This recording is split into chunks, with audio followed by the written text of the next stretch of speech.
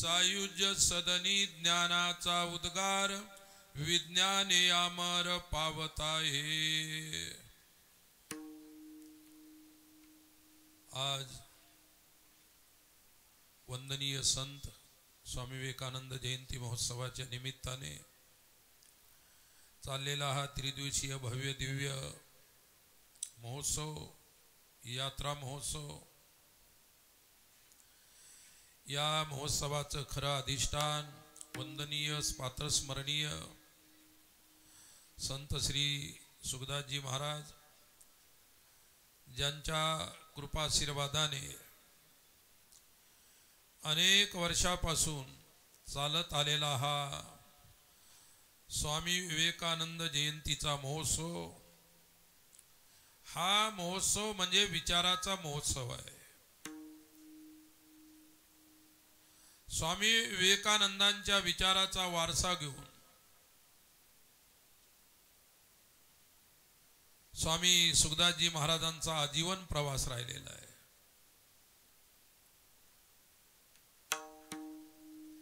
संत असतील, महर्षी असतील, साधू पुरुष असतील, सर्वांच्या जीवनाचं ध्येय ईश्वर राहिलेलं आहे आणि ईश्वर या ध्येयापर्यंत पोहोचण्यासाठी विचार,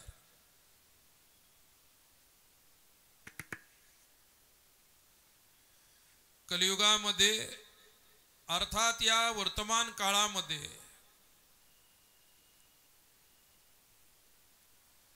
चालू काळामध्ये म्हणा विचाराला जास्त महत्व आहे। परमार्थ हा कर्मकांडाचा नसावा, परमार्थ हा विचाराचा असावा। विचाराने समाज सुधारणा होत असते, विचाराने समाजाला काहीतरी मिळत असते। साधूचा ईश्वर सुद्धा विचारामध्ये साठवल्या गेलेला आहे आणि त्या ईश्वराला जर पाहायचं असेल तर विचारच प्रधान आहेत, लक्षात ठेवा। ज्ञानोबारायांचा अभंग आहे, अभंगाचे शब्द अतिशय अवघड नाहीत। ज्ञानोबारायांचा अभंग म्हटल्यानंतर तो वाचायलाच कठीण असतो, वाचायला कठीण आहे, चाल सुद्धा त्याच्यावरती बसवता येत नाही, असे काही अभंग आहेत ज्ञानोबारायांचे। परंपरेनं ज्या वैष्णवांनी ज्या सांप्रदायिक चाली ठेवून दिलेल्या आहेत त्याच लोकांना ज्ञानोबारायांच्या अभंगाला चाली लावता येतात, लक्षात ठेवा। परंतु माऊलीचा हा अभंग असा आहे की या अभंगाला सरळ चालही लावता येते, कोणत्याही रागामध्ये कोणत्याही चालीमध्ये याला सहज म्हणता येते। साधूंचे विचार हे सहज असतात आणि ते सहज मिळण्यासाठी मात्र विचार ज्याला घ्यायचे आहे त्याला तपश्चर्या करावी लागते। परमार्थ अनेक लोक करत असतील, परंतु त्यांच्या परमार्थामध्ये साहजिकता येणे हीच त्या परमार्थातली विशेष उपलब्धी आहे। स्वामी विवेकानंद एक चालते बोलते विचार होते, एक चालतं बोलतं ते ज्ञानाचं व्यासपीठ होतं आणि ते ज्ञानाचं व्यासपीठ आमचे परम आदरणीय वंदनीय संत सुखदास महाराजांनी अखंड अहोरात्र चालू ठेवलं आणि त्यांच्या तपश्चर्याचा, त्यांच्या विचाराचा हा माझ्या समोर जो दिसतो आहे तो परिपाक आहे, पराकाष्ठा आहे। महाराजांचे अपार आशीर्वाद या कार्यांच्या पाठीमागे आहेत, म्हणून आजही सर्व महाराजांचे सेवक जे असतील सर्व हे त्यांनी केलेलंच कार्य, त्यांनी दिलेले विचारच या विवेकानंद जयंतीच्या स्वरूपात पुढे घेऊन चाललेले आहेत, हे विशेष। विठ्ठला विठ्ठला विठ्ठला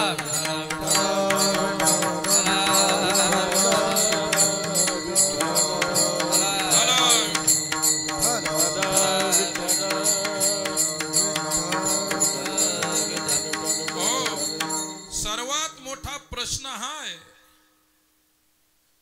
ईश्वरावर लोक व्याख्यान करतात, ईश्वर भक्तीवर लोक व्याख्यान करतात, ईश्वराच्या संबंधात लोक व्याख्यान करतात, परंतु व्याख्यान करत्या लोकांना तो ईश्वर अनुभवात आला काय, तो ईश्वर दिसला काय, तो ईश्वराचं स्वरूप काय आहे पुढे मी सांगणारच आहे. परंतु सर्वात प्रथम ईश्वरावर आपण विचार करू. स्वामी विवेकानंदांनी सुद्धा ईश्वरावरती फार मोठी प्रकरणं लिहिली, फार मोठी व्याख्यानं केली त्यांनी सुद्धा. आणि त्यांच्याच व्याख्यानाचा एक आशय मी तुमच्या समोर मांडणार आहे. विठ्ठला विठ्ठला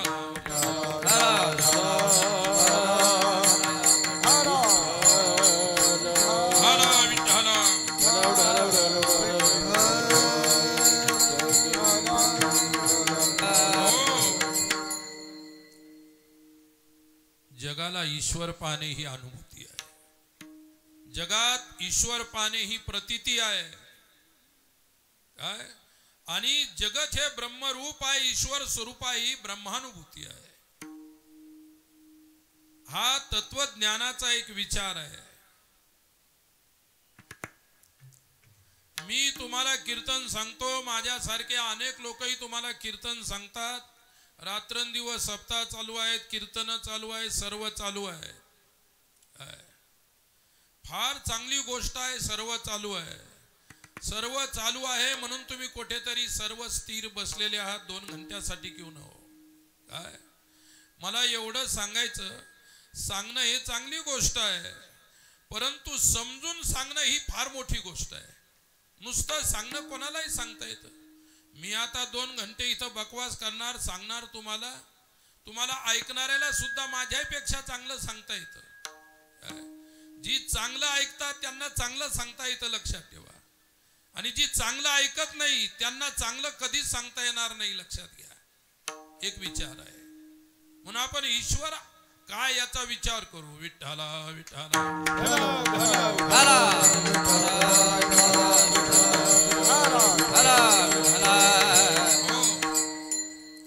वैष्णवांचे आचार्य रामानुज म्हणतात, ब्रह्मणी ब्रह्मदृष्ट्या अनुसंधानम.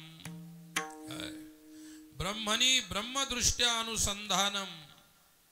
रामानुज वैष्णवांचे आचार्य आहे.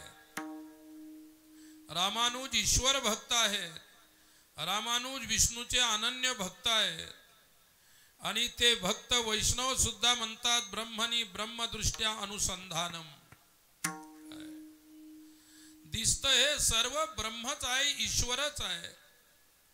परंतु हे ईश्वर आहे त्याचा अगोदर अनुसंधान करायला पाहिजे. कोणती गोष्ट आपल्याला प्रगट करायची असेल तिचं अनुसंधान लागतं, तिचा रिसर्च लागतो. आणि रिसर्च न करता जे काही सांगितल्या जातं ते व्यर्थ असतं, ते वाचाळ असतं, लक्षात ठेवा. जी काही थेअरी असते तिला ज्यावेळी तुम्ही प्रॅक्टिकल मध्ये आणाल आणि ते प्रॅक्टिकल ज्यावेळी जग पाहिल त्यावेळी तुमची थेअरी यथार्थ आहे. तसं तुम्ही जे विचार जगाला सांगता ते विचार प्रॅक्टिकल मध्ये आहेत किंवा नाही हे पाहणं महत्वाचं आहे. माझ्यासारखा कोणी येतो 2-4 घंटे बडबड करतो निघून जातो, त्याला काहीच अर्थ नाही. परंतु ही अनुसंधानात्मक दृष्टी समाजामध्ये निर्माण करण्यासाठी स्वामी विवेकानंदानं समाजाला जे विचार दिले ते विचाराची आज नितांत गरज आहे.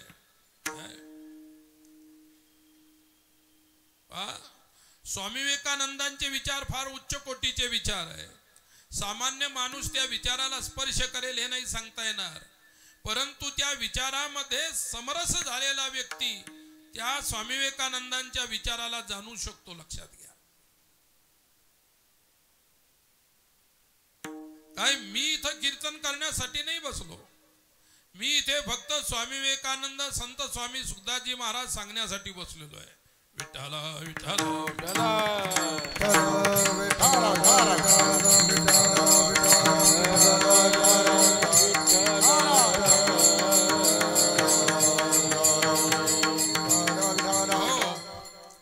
ईश्वर काय एक शास्त्रीय दृष्टी सांगतो. व्यासांनी आपल्या ब्रह्मसूत्रामध्ये ईश्वर काय हे सांगितलं अगोदर. जन्माद्यस्य यतः यतो वा इमानी भूतानी जायन्ते येन जातानी जीवंती हे उपनिषद सांगतात. त्या उपनिषदाचं संक्षिप्त सूत्र आहे जन्मादेश येता, ज्याच्यापासून सृष्टीचा उदय होतो, सृष्टीची स्थिती होते, सृष्टीचा संहार होतो, ते तत्व ईश्वर आहे. त्या तत्वाला ईश्वर म्हणतात. जन्मादी यस्य अस्य यतः, ज्याच्यापासून सर्व सृष्टीचा उदय झाला, सृष्टी उदयाला आली, तो ईश्वर आहे. विठ्ठला विठ्ठला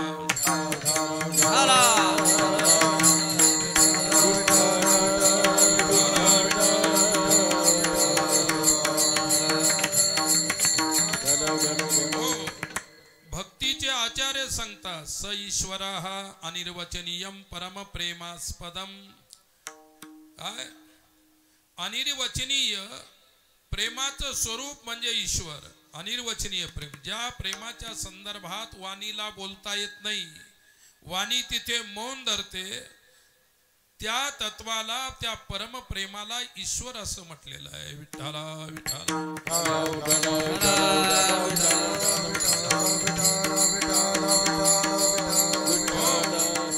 कसं बोलता येत नाही तर नारदजीने भक्ती सूत्रात एक उदाहरण दिलं. मुका स्वादनवत, मुक्या माणसाच्या हातावरती साखर दिली, त्याने ती साखर सेवन केली म्हणजे खाल्ली. खाल्ल्यानंतर त्याला गोडीची अनुभूती आली, पण ती अनुभूती सांगता येत नाही. किती गोड लागली, कशी लागली हे त्याला अनुभवात आलं, त्याला कळालं, परंतु त्याला ते शब्दात मांडता येत नाही. कारण ज्याला मांडण्यासाठी शब्द नाही त्याला म्हणतात ईश्वर. विठ्ठला विठ्ठला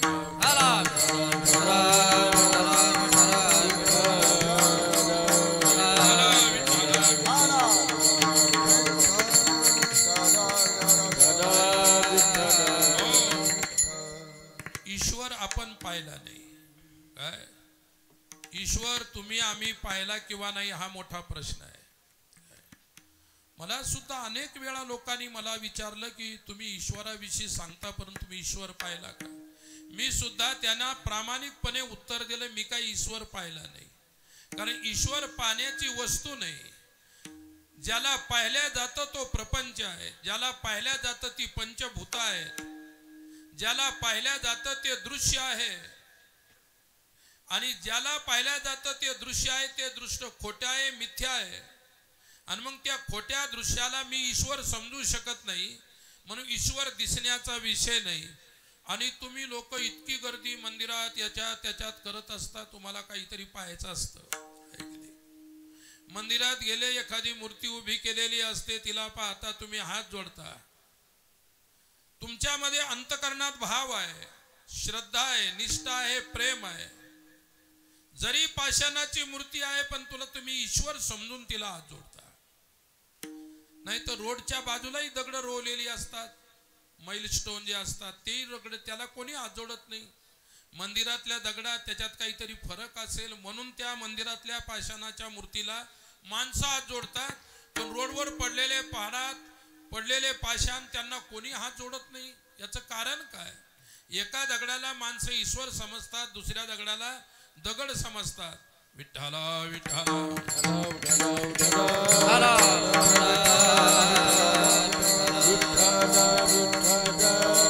हो, कबीराने म्हटलेलं आहे, पाषाण पूजा हरी मिले तोमय पूजो पहार. दगडांना पूजल्यानंतर जर परमात्मा मिळत असेल तर पहाडात तर एकापेक्षा एक मोठे दगड आहेत, त्यांची पूजा केल्यानंतर मोठे मोठे ईश्वर आम्हाला मिळतील.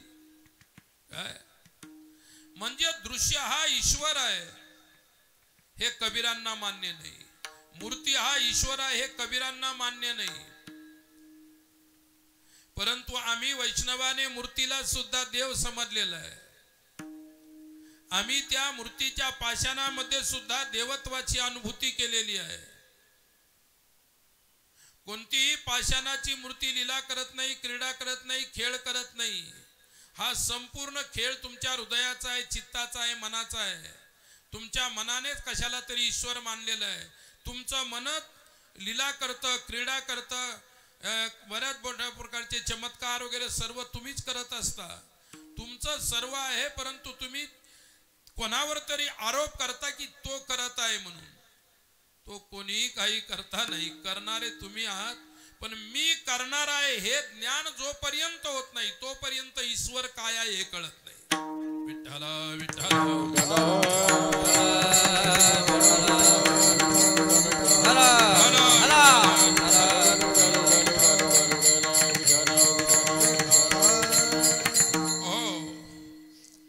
स्वामी विवेकानंद प्रत्येक वस्तूमध्ये ईश्वराची व्याप्ती आहे. ईश्वर सर्वभूतानां हृद्देशे अर्जुन तिष्ठति भ्रामयन् सर्वभूतानि यंत्रारूढानि मायया. ईश्वर प्रत्येक वस्तूमध्ये आहे. ईश्वराची व्याप्ती प्रत्येक वस्तूमध्ये आहे. चैतन्य प्रत्येक वस्तूमध्ये व्याप्त आहे. म्हणजे वस्तूतलं चैतन्य सत्य आहे पण वस्तू मिथ्या आहे. पाषाण मिथ्या आहे, पाषाणातलं देवत्व सत्य आहे. म्हणून आपण पंढरपूरला जातो, पांडुरंगाला हात जोडतो, त्याच्यामध्ये ईश्वरत्व आहे. बालाजीला जातो तेथेही पाषाणाचीच मूर्ती आहे पण आपल्या भावनेमध्ये तेथे ईश्वरत्व आहे. म्हणून स्वामी विवेकानंद म्हणतात की काही एखाद्या परिच्छिन्न वस्तूलाच ईश्वर त्याच्यामध्ये व्याप्त असं समजू नका. याच्यावर संपूर्ण जगामध्ये ईश्वर व्याप्त आहे. जगातल्या प्रत्येक वस्तूमध्ये ईश्वर व्याप्त आहे. सर्व घटी राम देहादेही एक सूर्यप्रकाशाचा सहस्ररश्मी सूर्यप्रकाशाचा सहस्ररश्मी सर्व घटी राम देहादेही एक सूर्यप्रकाशाचा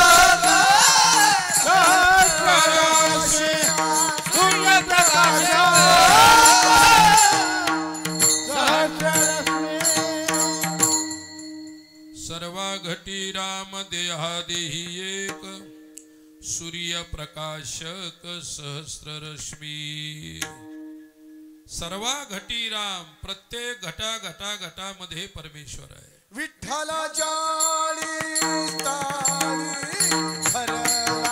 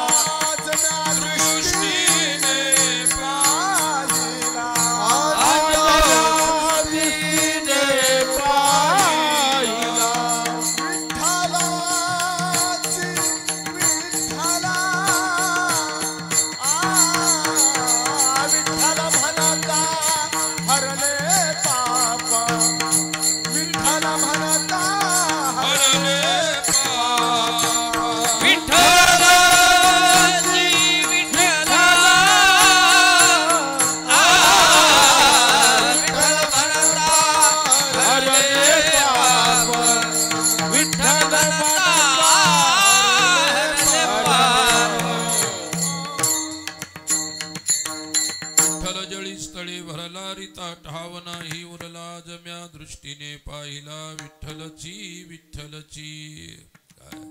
सर्व ठिकाणी पांडुरंगाची, भगवंताची, विठ्ठलाची, ईश्वराची व्याप्ती आहे. ईश्वराची व्याप्ती सर्व ठिकाणी आहे. ज्ञानी पुरुषाला निरुपाधिक ईश्वर आवडतो, त्याला दुसऱ्या भाषेमध्ये परब्रह्म किंवा ब्रह्म म्हणतात. भगवत भक्तांना षडगुण ऐश्वर्य संपन्न जी मूर्ती आहे तो त्यांचा ईश्वर आहे. हे श्री औदार्य ज्ञान वैराग्य ऐश्वर्य हे साही गुणवर्य वसती जेत मनोनी तो भगवंतू. माऊलीने ज्ञानेश्वर महाराजांनी आपल्या ज्ञानेश्वरीमध्ये षडगुण ऐश्वर्य संपन्न ईश्वर असतो असा उल्लेख केलेला आहे. शास्त्रामध्ये सुद्धा ते सांगितलेलं आहे. 6 गुणाने युक्त असणारा, 6 ऐश्वर्याने युक्त असणारा तो ईश्वर आहे. एका ईश्वराजवळ ऐश्वर्य आहे आणि एका ईश्वराजवळ तो निरुपाधिक असल्यामुळे त्याच्याजवळ कोणत्याही प्रकारचा ऐश्वर्य नाही. जेथे ऐश्वर्य आहे तेथे उपाधी आहे, जेथे ऐश्वर्य नाही तेथे निरुपाधिकत्व आहे आणि जेथे निरुपाधिकत्व आहे ते ब्रह्मतत्व आहे. त्या ब्रह्मतत्वाची अनुभूती ब्रह्मज्ञानी पुरुषाला असते आणि ते ब्रह्मज्ञानी पुरुष स्वामी विवेकानंद होते. विठ्ठला विठ्ठला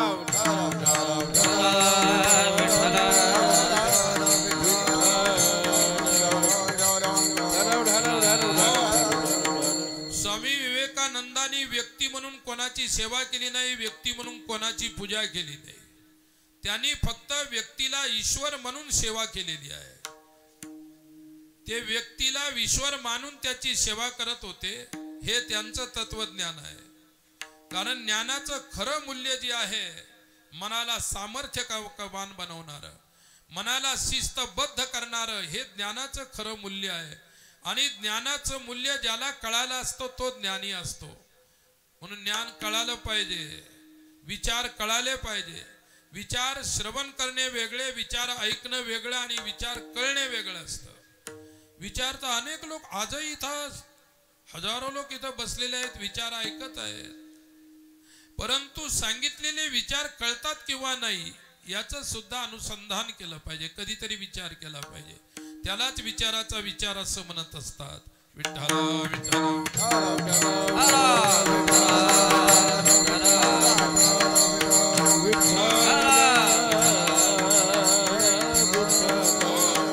अरे सांगणाराला ऐकणाराला विचार कळाली किंवा नाही हा प्रश्न वेगळा आहे. परंतु जो सांगतो त्याला सुद्धा विचार कळाले किंवा नाही हा मोठा प्रश्न आहे. जो सांगतो, काय अनेक जण सांगत सुटलेले आहेत. या युगामध्ये असं वाटायला लागलं की पुढे कोणी ऐकणारेच सापडतील किंवा नाही. सर्व सांगणारेच झालेले आहेत. सांगणाऱ्यांचा एवढा महापूर आलेला आहे. काय प्रत्येक जणाला वाटतं की आपण गुरुच पाहिजे, शिष्य नको. मग भविष्यामध्ये कोणी शिष्यच राहणार नाही, गुरुच राहतील. आणि ज्यावेळी सर्वच गुरु होतील त्यावेळी महाभारत होईल. म्हणून कोणी शिष्य पाहिजे, कोणी गुरु पाहिजे, कोणी हलका पाहिजे, कोणी भारी पाहिजे, कोणी श्रीमंत पाहिजे, कोणी गरीब पाहिजे. कारण विषमता जी आहे हे जग आहे. जगामध्ये समता कधी होऊ शकत नाही आणि समतेशिवाय आत्मबोध होऊ शकत नसतो. म्हणून गीतेनं सांगितलं की समोहम सर्वभूतेषु, प्रत्येक प्राणी मात्रामध्ये समता असली पाहिजे. एवढंच नाही, व्यवहारात घ्या. तुमचं शरीर आहे, तुमच्या शरीरामध्ये सर्व समान आहे म्हणून तुमचं शरीर चांगलं आहे. काय एक पाय पुरा आणि एक पाय अर्धा समान आहे का? एक डोळा तिरपा, एक डोळा इकडे पाहतो, एक डोळा इकडे पाहतो, समान नाही.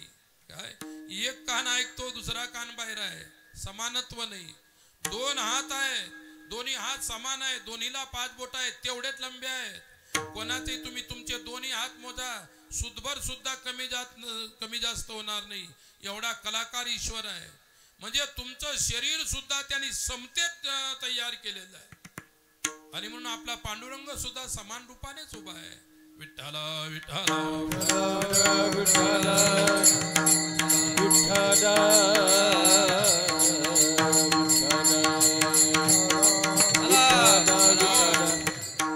प्रमाणम भवाब्दे इदम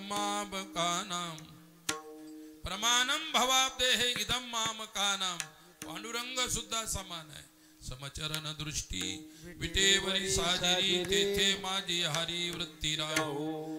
कुठे वृत्ती राहो? भगवंताच्या शरीरामध्ये जे समत्व पाहायला मिळतं. आपल्या शरीरामध्ये ईश्वराने समान बनवलेलं आहे, पण आपले विचार मात्र विषम आहे. तुमचं शरीर, स्थूल शरीर समान बनवलं, परंतु तुमचे सूक्ष्म शरीरातील विचार विषम आहे. प्रत्येकाचा विचार भिन्न भिन्न आहे. मुंडे मुंडे मतीर भिन्ना. प्रत्येकाच्या हृदयामध्ये, प्रत्येकाच्या मस्तिष्कामध्ये विचाराचं असमानता आहे, समानत्व नाही. आणि साधूंनी जगामध्ये समानत्व पाहिलं, समानत्वाची पेरणी केली, समानत्वाची अनुभूती घेतली, म्हणून त्यांना संतत्व प्राप्त झालं. विठ्ठला विठ्ठला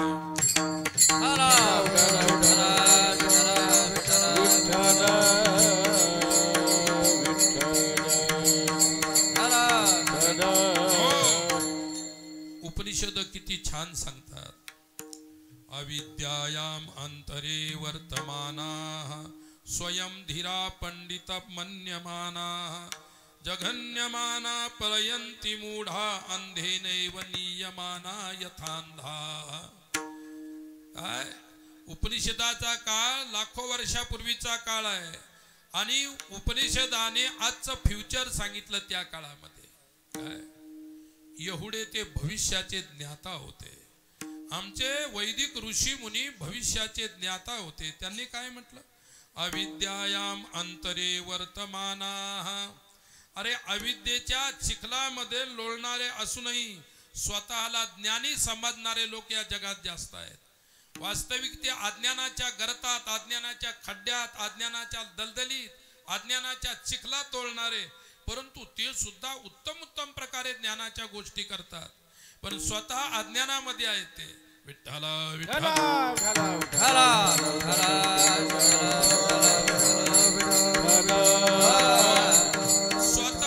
स्वतः अज्ञानी असून जगाला मी ज्ञानी आहे दाखवण्याचा जिकडे तिकडे प्रयत्न आहे. नाही संत चिन्ह उमटले अंगी, उपदेशाला प्राप्त झाला, उपदेशाला प्राप्त झाला. नाही संत चिन्ह उमटले अंगी, उपदेशाला प्राप्त झाला, उपदेशाला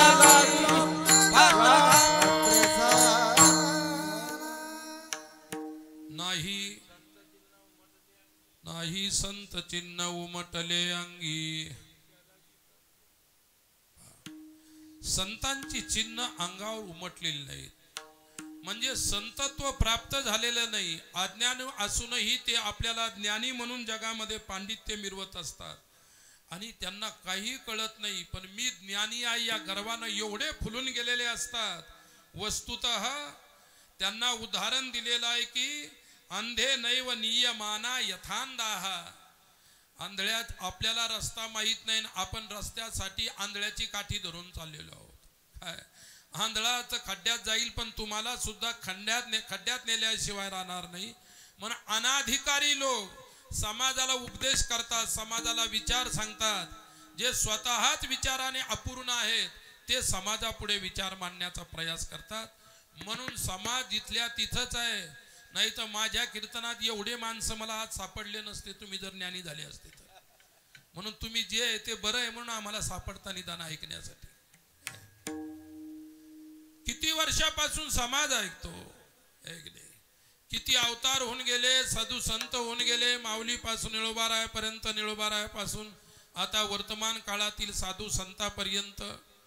परंतु ज्यांनी असत्याची अनुभूती सुद्धा घेतली नाही तो सत्याची अनुभूती कधीच घेऊ शकत नाही. ज्याने प्रपंचच काय हे जाणलं नाही, एक छोटीशी गोष्ट जाणली नाही, आणि परमार्थ तर एवढा व्यापक आहे त्याला स्पर्श करणं फार अवघड आहे.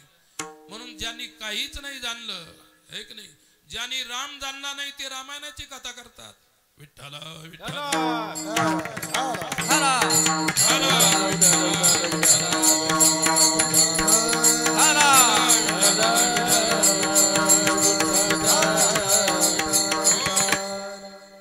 चोखोबराय. त्या काळामध्ये जातीवाद होता. चोखोबराय छोट्या जातीचे होते, लोक त्यांना छोट्या जातीचं समजायचे. काय चोखोबरायांनी पांडुरंग जाणला होता, राम जाणला होता, परंतु 4-4 वेद्याची पोथ्या डोक्यावर घेऊन मिरवणारे त्यांना अजूनही पांडुरंग कळालेला नव्हता. त्यावेळी चोखोबरायांना देव कळाला होता.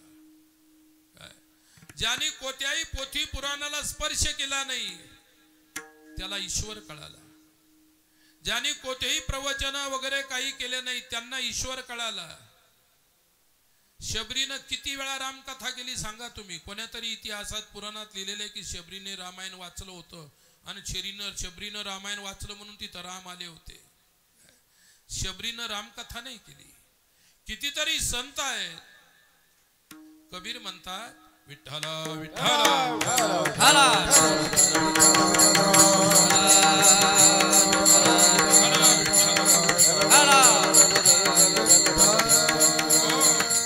कबीर म्हणतात मशी कागद छुओ नाही.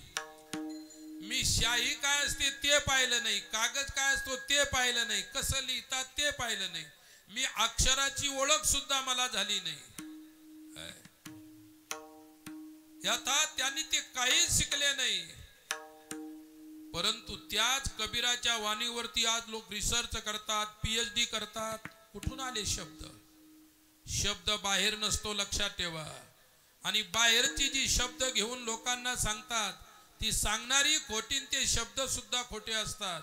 शब्दाचा जन्म तुमच्या अंतरंगात झाला पाहिजे आणि तुमच्या अंतरंगात झालेल्या शब्दाचा जन्म काय तो तुम्हाला उपदेश म्हणून ज्यावेळी बाहेर येतो त्यावेळी समाज कल्याण होत असते. म्हणून कबीराने समाज कल्याण केलं.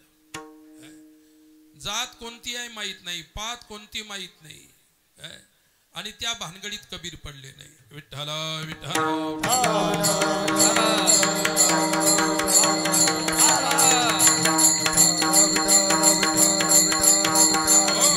माऊलीच्याच भाषेमध्ये काय याती कुळ माझे गेले हरपोने श्रीरंगा वाचोने श्रीरंगा वाचोने अनुने याती कुळ माझे गेले हरपोने श्रीरंगा वाचोने अनुने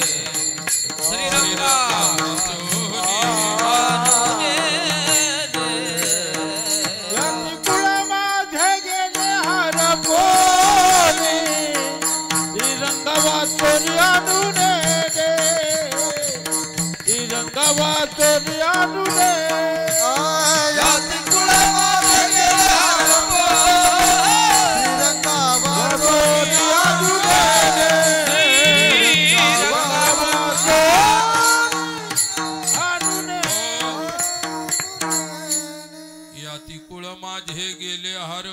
श्रीरंगा वाचोनी अनुनेने.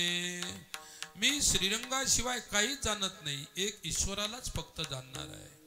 माझं याती, माझं कुळ, माझा धर्म सर्व त्याच्यामध्ये लय पावलेले आहे. काय अज्ञानी माणसं जातीला धरून चिटकलेले आहेत, जातीला चिटकलेले आहेत अज्ञानी माणसं. मूळ माणसं जी आहेत ते जातीला चिटकलेली आहे. साधू जातीपासून वरती उठलेला आहे, समाजापासून वरती उठलेला आहे, धर्मापासून वरती उठलेला आहे.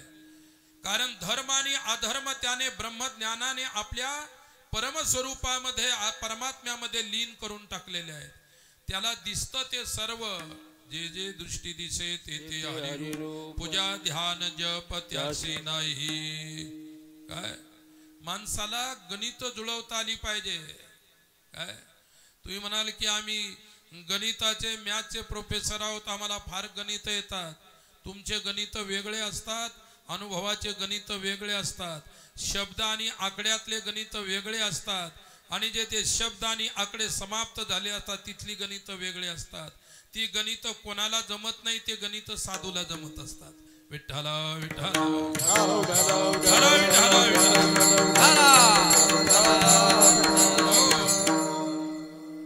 प्रायमरी शाळा होती 7वी पर्यंत, जुन्या काळातली गोष्ट आहे. प्रायमरी शाळा, आणि प्रायमरी शाळेमध्ये जिल्हा परिषदची शाळा, जिल्हा परिषद शिक्षणाधिकारी वगैरे शाळा चेक करण्यासाठी या शाळेमध्ये काय शिकवतात काय शिकवत नाही हे पाहण्यासाठी, शाळेचा दर्जा काय, शिक्षणाचा दर्जा काय, शिक्षकाचा दर्जा काय, विद्यार्थ्याचा दर्जा काय, सर्वांचे दर्जे आहेत. आता ज्याच्याजवळ पैसा आहे त्याच्याजवळ शिक्षणाचा दर्जा आहे, ज्याच्याजवळ पैसा नाही त्याला शिक्षण मिळणं अवघड आहे. फार अवघड आहे परिस्थिती. मला काय सांगायचं की शिक्षण अधिकारी शाळा चेक करायला येणार होता, तर मग शिक्षकांना कळालं की येणार आहे साहेब शाळा चेक करायला. मग अगोदरच तयारी असते, त्यांना जे जे लागतं ती तयारी. ऑफिस मध्ये त्यांना गुंडाळून ठेवतात, ते वर्गापर्यंत सुद्धा जात नाही चेक करणार. शेरा मारून देतं की शाळा चेक झाली, झालं सर्व काही. आजकालचं कॉफी सेंटर, कोणी आले वरून की तिकडच ऑफिस मध्ये नाही तर तिकडे रस्त्यावरच त्यांना जे जे काय पाहिजे ते देऊन टाकायचं, खायचं पियायचं सर्व काही, बस तिकडूनच जा, कॉप्या सुरू. शिक्षण आहे, दयनीय अवस्था आहे शिक्षणाची आजकालची. लक्षात घ्या. मला सांगायचं, ते लोक चेक करायला आली, गाडी आली, शाळेपुढे उभी राहिली, जसे ते शिक्षण अधिकारी वगैरे गाडीतून खाली उतरले डायरेक्ट वर्गावर गेले. एका वर्गामध्ये 7वीचा क्लास होता, त्याच्यामध्ये गणित शिकवणारा शिक्षक, परिसरामध्ये सर्व शाळेमध्ये त्याची प्रचार प्रसार होता. किती योग्य शिक्षक आहे, चांगला आहे, परफेक्ट आहे गणितामध्ये, याच्यामध्ये सर्व गोष्टी प्रचार होता त्याचा. त्या शाळेमध्ये मुलं ॲडमिशन घ्यायची अशी शाळा होती. आणि सर्व शाळेमध्ये सर प्रसिद्ध होते, गणित शिकवण्यामध्ये प्रसिद्ध होते. शिक्षकांनी सांगून ठेवलं, आज साहेब येणार आहेत आणि मी तुम्हाला काही अवघड गणित विचारणार नाही, सोपंच गणित विचारील. आणि ज्यांना येतं ना त्यांनीच वरती हात करायचे, ज्यांना येत नाही त्यांना वरती हात करायचा नाही. आणि एखाद्याला येत नाही वरती हात केल्यानंतर साहेबांच्या समोर चुकलं तर माझा अपमान होईल, असं काही करू नका. सर्व विद्यार्थ्याला बिलकुल समजावून सांगितलं. विद्यार्थी म्हणे, सर ज्यांना येत नाही ना, ज्याला येत नाही तो वरती हात काही करणार नाही. आले साहेब. तेवढ्यामध्ये शिक्षण अधिकाऱ्याचा प्रवेश त्या रूम मध्ये झाला, क्लासमध्ये झाला. आणि काहीच नाही व शिक्षक बोर्डाकडे पाहून शिकवित होता, साहेब पाठीमागे उभे होते. शिक्षकाने बोर्डावर असं गणित विचारलं विद्यार्थ्यांना, ते गणित तुम्हालाही सहज जमू शकते. मला काय म्हणायचं, असं गणित विचारलं की एका वाड्यामध्ये 40 मेंढ्या कोंडल्या, त्याच्यातल्या 5 मेंढ्या पळाल्या, खाली किती राहिल्या. असं गणित ज्यावेळी विचारलं, सर्वांनी आपापल्या पाठीवरती त्या ठिकाणी 40 वजा 35 खाली किती 5 वजा केल्या आणि प्रत्येकाचं उत्तर होतं प्रत्येकाच्या पाठीवरती 35 35 35. आणि सर्व मुलं वरती हात करू लागले. 7 वर्षापासून पहिल्या वर्गापासून ज्या विद्यार्थ्यानं कधीच वरती हात नव्हता केला, तो आज सर्वात खुश होता आणि सर्वात वरती हात करून उड्या मारून असा हात करायचा. शिक्षक त्याला दाबायचे. शिक्षकाला माहित होतं 7 वर्षात यांनी एकदाही उत्तर दिलं नाही, आज हे मूर्ख माझा अपमान केल्याशिवाय राहणार नाही. ते म्हणायचे, खाली हात कर, खाली हात कर. साहेबांनी पाहिलं, म्हणे साहेब. साहेबांनी म्हटलं, सर त्याला कशाला खाली हात करायला लावता, त्याची इच्छा आहे उत्तर द्यायची, मग देऊ द्या त्याला उत्तर. याला माहित होतं की हे कधीच हातवरती करणार नाही. स्कूलमध्ये आपला क्लासमध्ये पाठीमागे बसणार कधी काहीच नाही येणार, आणि आज वरती हात करत आहे. काय काय त्यावेळी साहेबांनी म्हटल्यानंतर सर म्हणले, सांग तुझं. प्रत्येकाचं उत्तर 40 पैकी 5 मेंढ्या पळाल्या, खाली 35 राहिल्या. यानं सांगितलं, मी सांगू का सर. त्यानं वरती हात केला. मला सांग.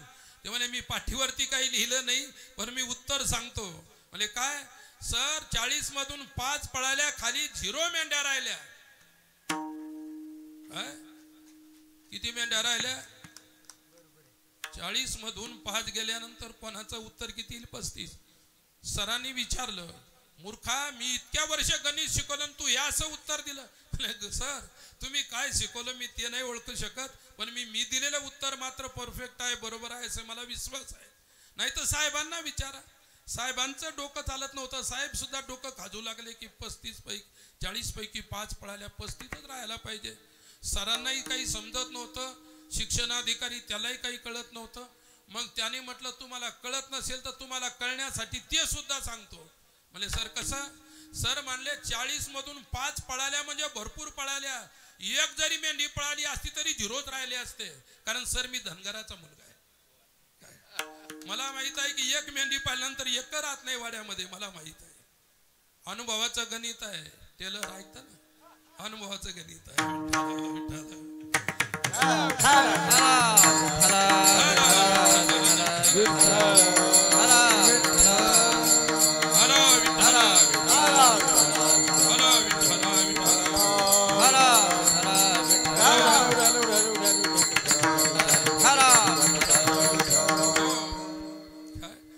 अनुभवाचं गणित वेगळं असतं तुमचं. आमच्या काळामध्ये अंकगणित होतं.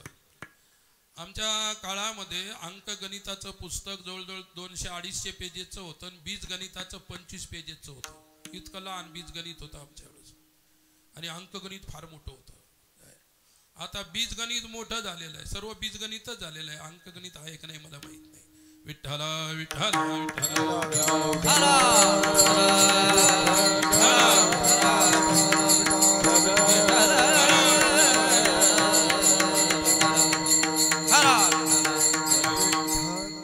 म्हणून अनुभवाची गणित वेगळी आहे. ज्यांना अनुभवाची अनुभवाचे गणित माहित आहे, ज्यांना अनुभव आहे तेच अनुभवाचे गणित समाजासमोर मांडू शकतात. आणि ज्यांनी अनुभव चाखलाच नाही ते नुसती कोरी शब्दांची बडबड करत असतात, दुसरं काहीच नाही. त्याच्यापासून न त्याला फायदा न तुम्हाला ऐकणाऱ्यांना फायदा. एक नाही, जास्तीत जास्त विनोद मजाक केली तर तुमच्या उकळ्या फुटतील असा एवढंच आहे. एक नाही, जी कीर्तन नाही त्याने समाजाने त्याला कीर्तन ठरवलेलं आहे. कीर्तन म्हणजे काय? तुमच्या संप्रदायाचं जे तत्वज्ञान आहे ते सर्वांच्या समाजाच्या समोर मांडा.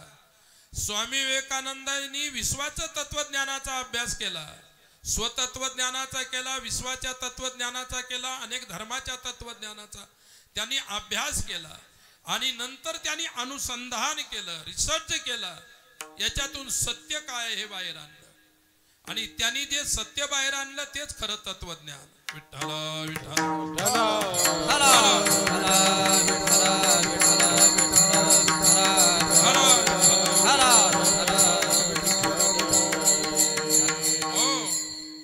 सोपं गणित आहे म्हणून गणित करणं फार अवघड आहे. तुमच्या घरामध्ये सोन्याची 200 ग्रामची एक मूर्ती आहे, सोन्याची मूर्ती आहे, आणि तिच्या समोर उंदीर सुद्धा 200 ग्रामचा आहे. तर मला सांगा, उंदीर मोठा का गणपती मोठा? उंदीर मोठा आहे का गणपती मोठा आहे? दोन्ही सोन्याचेच, उंदीरही सोन्याचा, गणपती सोन्याचा. आणि मग सोनाराच्या दुकानात नेल्या दोन्ही वस्तू विकायला. सोनारानं समजलं, ते सोनारानं सांगितलं की या 200 ग्रामचे 10,000 रुपये, जुन्या काळातली गोष्ट, आणि या उंदराचे सुद्धा 10,000. म्हणजे सोनार काही डोका आहे की नाही तुम्हाला? देव आहे देव, काय देव आहे देव, देवाची 10,000च किंमत आणि उंदराची 10,000 किंमत. सोनार म्हणाला, मी देव आहे का उंदीर हे नाही पाहत, मी पाहतो सोनं. मी काय पाहतो? सोनं पाहतो. तुम्ही सुद्धा देव आहे का उंदीर हेच पाहत नाही, फक्त उंदराची शेपूट धरून त्याच्या मागे पळायला लागले, एवढंच आहे. गणपतीची धरली तर चालेल, कारण सुवर्णाची किंमत आहे, लक्षात ठेवा. त्याचाच गणपती आहे, त्याचाच उंदीर आहे. म्हणजे सोनाराची सुवर्ण दृष्टी आहे. म्हणून म्हटलं की ब्रह्मणी ब्रह्मदृष्ट्या अनुसंधान. विठ्ठला विठ्ठला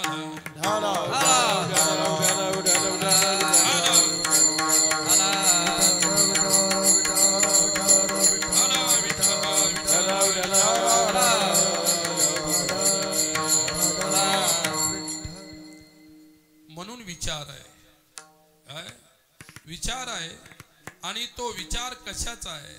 विचाराने आपल्याला पोचायचं कोठे आहे? विचार हा एक मार्ग आहे. कर्म मार्ग आहे, भक्ती मार्ग आहे, ज्ञान मार्ग आहे. कर्म मार्गाचा कर्मयोग आहे, भक्ती मार्गाचा भक्ती योग आहे, ज्ञान मार्गाचा ज्ञान योग आहे. तुम्हाला कोणत्या याचा योगी व्हायचं ते तुम्हाला ठरवायचं आहे. कर्म कराल कर्मयोगी व्हाल, भक्ती कराल भक्ती योगी व्हाल, ज्ञान करा ज्ञान संपादन करा ज्ञान योगी व्हाल, अष्टांग योग कराल अष्टांग योगी व्हाल. आपल्याला कोणता योगी व्हायचं ते आपल्याला ठरवायचं आहे. विठ्ठला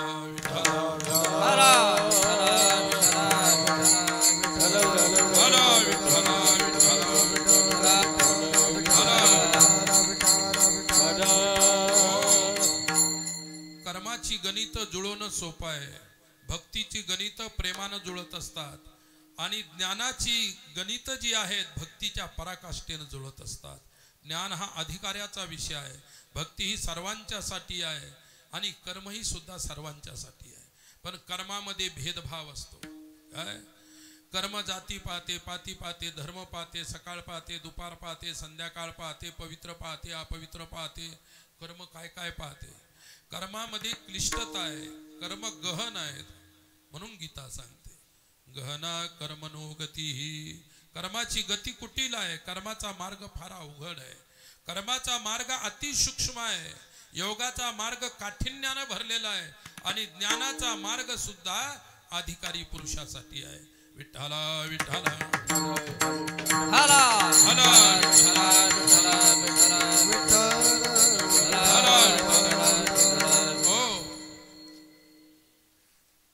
स्वामी रामकृष्ण परमहंस देव एक उदाहरण सांगायचे, खूप सुंदर उदाहरण आहे ते. दोन मित्र सोबत राहायचे, आणि एकदा दोघंही मित्र एका आमराईत गेले. आमराईचा मालक त्या आमराईला राखण्यासाठी बसलेला होता. हे दोघं जण गेले आणि बसले तिथे. बसल्यानंतर एक मित्र थोडा व्यावहारिक होता, थोडेसे व्यवहाराचे गणित त्याला जास्त येत होते, थोडा शहाणा होता. आणि तो म्हणला आमराईत आंबे किती असतील, आंब्याचे झाडं किती असतील. लगेच त्यानं ती डायरी काढली, कागद पेन काढला. आंब्याची झाडं एवढी. त्या एका एका झाडाला फांद्या किती असतील, त्या आंब्याच्या झाडाला फांद्या किती असतील. ते लागलं गणित जुळवायला. काय एकदा मी इकडे जळगाव जामोद भागामध्ये, मी नवीनच होतो, तिकडं कीर्तनाला गेलो.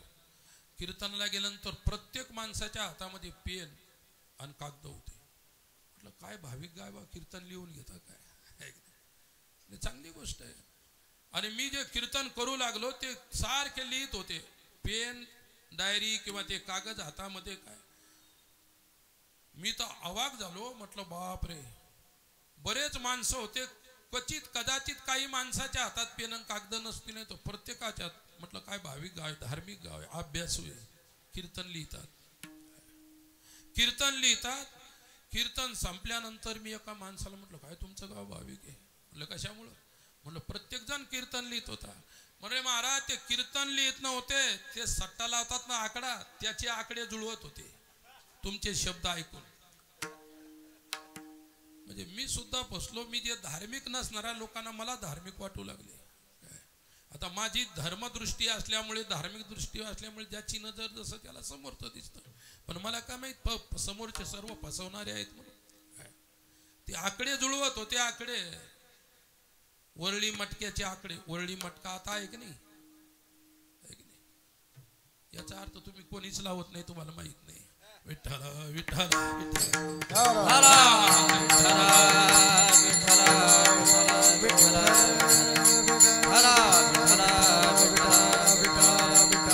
म्हणून साधू ओळखण्यासाठी कधी शृंगारावर जाऊ नका. मोठमोठ्या माळा आहेत, भस्म लावलेले आहे, गंध लावलेला आहे, जटा बांधलेला आहेत, हातात मनगटात माळा, पायात माळा, कमरेला माळा. परवा मी अयोध्येला गेलो तर एकाच्या गळ्यात इतक्या माळा होत्या, त्याचं अंग दिसत नव्हतं. म्हटलं याला कुठं जायचं वा इतक्या माळा घालून. मी काही त्याला विचारलं नाही. बसलेला होता धुनीजवळ. शेंडीपासून तर तळपायापर्यंत त्यानं माळा गुंडाळलेल्या होत्या. आपला आपला शोक आहे. असं नाही की तेवढ्या माळा आहे म्हणजे तेवढा मोठा साधू असेल, असं काही गणित नाही, लक्षात ठेवा. मी सांगत होतो की दोन मित्रांपैकी एक आंब्याचे गणित जुळत होता. या आमराईत आंबे किती असतील, त्याला फांद्या किती असतील, त्याला आंबे किती लागले असतील, त्याला फळं किती असतील, त्याला पानं किती असतील. तो लिहून गणित सारखं त्यात लिहित होता आणि त्याला जुळवत होता. दुसऱ्याने काय केलं की जो बागवान होता, आमराईचा मालक, त्याच्याशी गट्टी केली, दोस्ती केली. काय आणि सांगितलं बा तुम्ही चांगले आहे, चांगले हे करता, चांगले झाडं जमवले, असं स्तुती केली थोडीशी. आणि आणा म्हणले चांगले चांगले आंबे. बागवान खुश झाला स्तुती केल्यामुळे. चांगले चांगले आंबे आणला. हा गणित जुळवत राहिला आणि यानं तोपर्यंत भरपूर आंबे खाऊन घेतले. कोण फायद्यात राहिला. अरे ज्यानं भगवानाशी गट्टी केली तो फायद्यात राहिला. जो नुसते गणित जुळवत राहिला तसाच उपाशी राहिला. जसं ज्याच्याजवळ नुसते शब्दाचे गणित जुळवण्यासाठी डायरीन तोंड आहे, ती तसेच कोरडेची कोरडे राहिले. 1400 वर्ष चांगदेव जंगले पण कोरडे राहिले. आणि 7 वर्षाची चिमुकली ब्रह्मचित्काला मुक्ताई काय आंबे खाणाऱ्याप्रमाणे फायद्यात राहिली. सांगण्याचं तात्पर्य शास्त्र सांगते. विठ्ठला विठ्ठला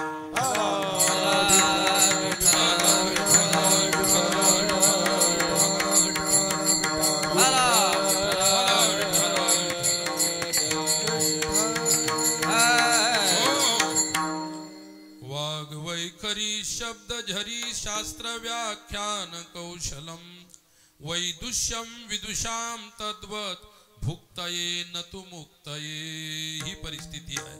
वाग्वैखरी शब्द झरी शास्त्र व्याख्यान कौशलम.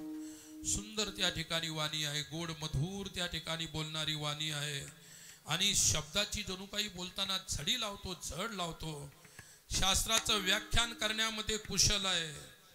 परंतु त्याच्याजवळ जर आचरण नसेल, अनुभव नसेल तर विदुषाम वैदुष्यम तद्वत.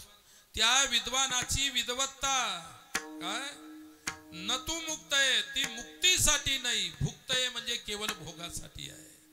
काय गोस्वामी तुलसी बाबाने या श्लोकाचा अनुवाद केलेला आहे. पर उपदेश कुशल बहुते रे जे आचरही ते नर नखने रे. राम सिया राम जय जय राम. राम सिया राम जय जय राम. पर उपदेश कुशल बहुते रे जे अचरहि ते नर न घरे. सिया राम जय जय राम. राम सिया राम जय राम. जय राम. पर उपदेश कुशल बहुते रे जे अचरहि ते नर न घरे रे. अरे परोपदेश करणारी पुष्कळ मिळतील, पुष्कळ लोक परोपदेश करणारे आहेत, परंतु आचरण करून शब्द सांगणारी आजही कमी आहे.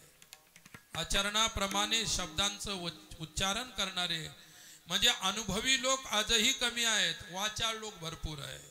काय आणि म्हणतात ना कोणत्या गोष्टीला कधी मार्केट येईल ते सांगता येत नाही. आज वाचाळतेला मार्केट आहे. विठ्ठला विठ्ठला विठ्ठला विठ्ठला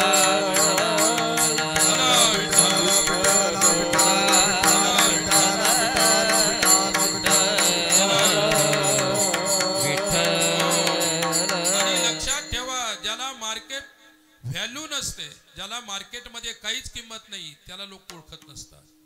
मग तुम्ही काही करा, तुमची मार्केट व्हॅल्यू निर्माण झाली पाहिजे, परंतु कशाच्या द्वारे तुम्ही मार्केट व्हॅल्यू करत आहेत आपली याचं भान ठेवा.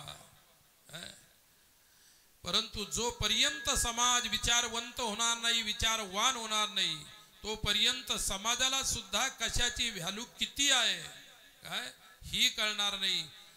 असं नाही की व्हॅल्यू घसरलेली आहे, व्हॅल्यू नष्ट झालेली आहे, असे लोकही सुद्धा आहेत, परंतु त्यांचं प्रारब्ध लहान म्हणा, त्यांना प्रारब्ध एवढं बलवान नसल्यामुळे ते सर्वस्व असूनही कुठेतरी दरी कपाटी झोपडीत बसलेले आहेत. आणि ईश्वर कृपानिधी आहे, ईश्वर कृपाळू आहे. लक्षात ठेवा, झोपड्यातल्याला जर बंगल्यात आणलं तर पुन्हा ते झोपड्यात घुसू शकत नाही. लक्षात ठेवा. म्हणून तू परमार्थिक माणसाला कोणत्याही साधूचं चरित्र घ्या, त्याच्या नशिबी दारिद्र्य लिहिल्या गेलं. काय लिहिल्या गेलं? दारिद्र्य भोगल्या गेलं. आणि ते दारिद्र्य भोगूनही तो साधू साधूच राहिला. ईश्वराला माहित आहे की याला जर ऐश्वर्यात टाकलं तर हा बर्बाद होईल. विठ्ठला विठ्ठला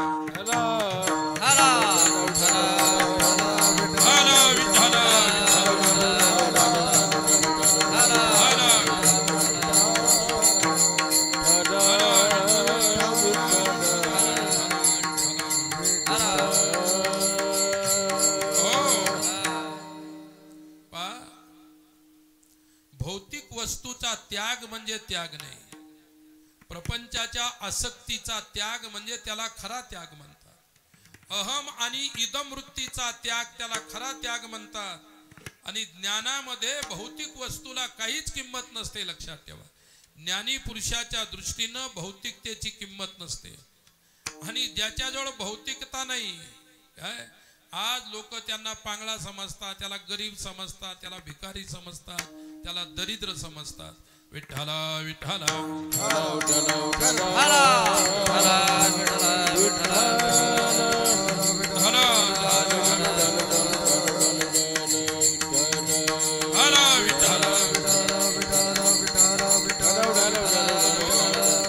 बुद्धी शब्दाचा अर्थ आहे ज्ञान. शास्त्रामध्ये बुद्धीर ज्ञानमिती, बुद्धी म्हणजे ज्ञान.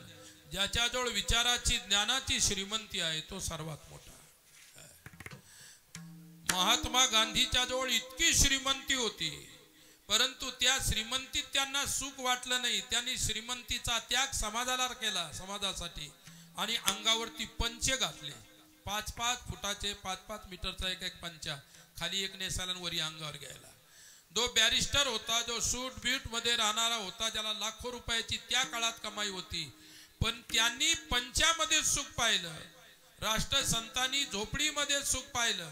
कशामध्ये सुख पाहिलं? बंगल्यामध्ये नाही सुख अनुभवलं, झोपडीमध्ये अनुभवलं.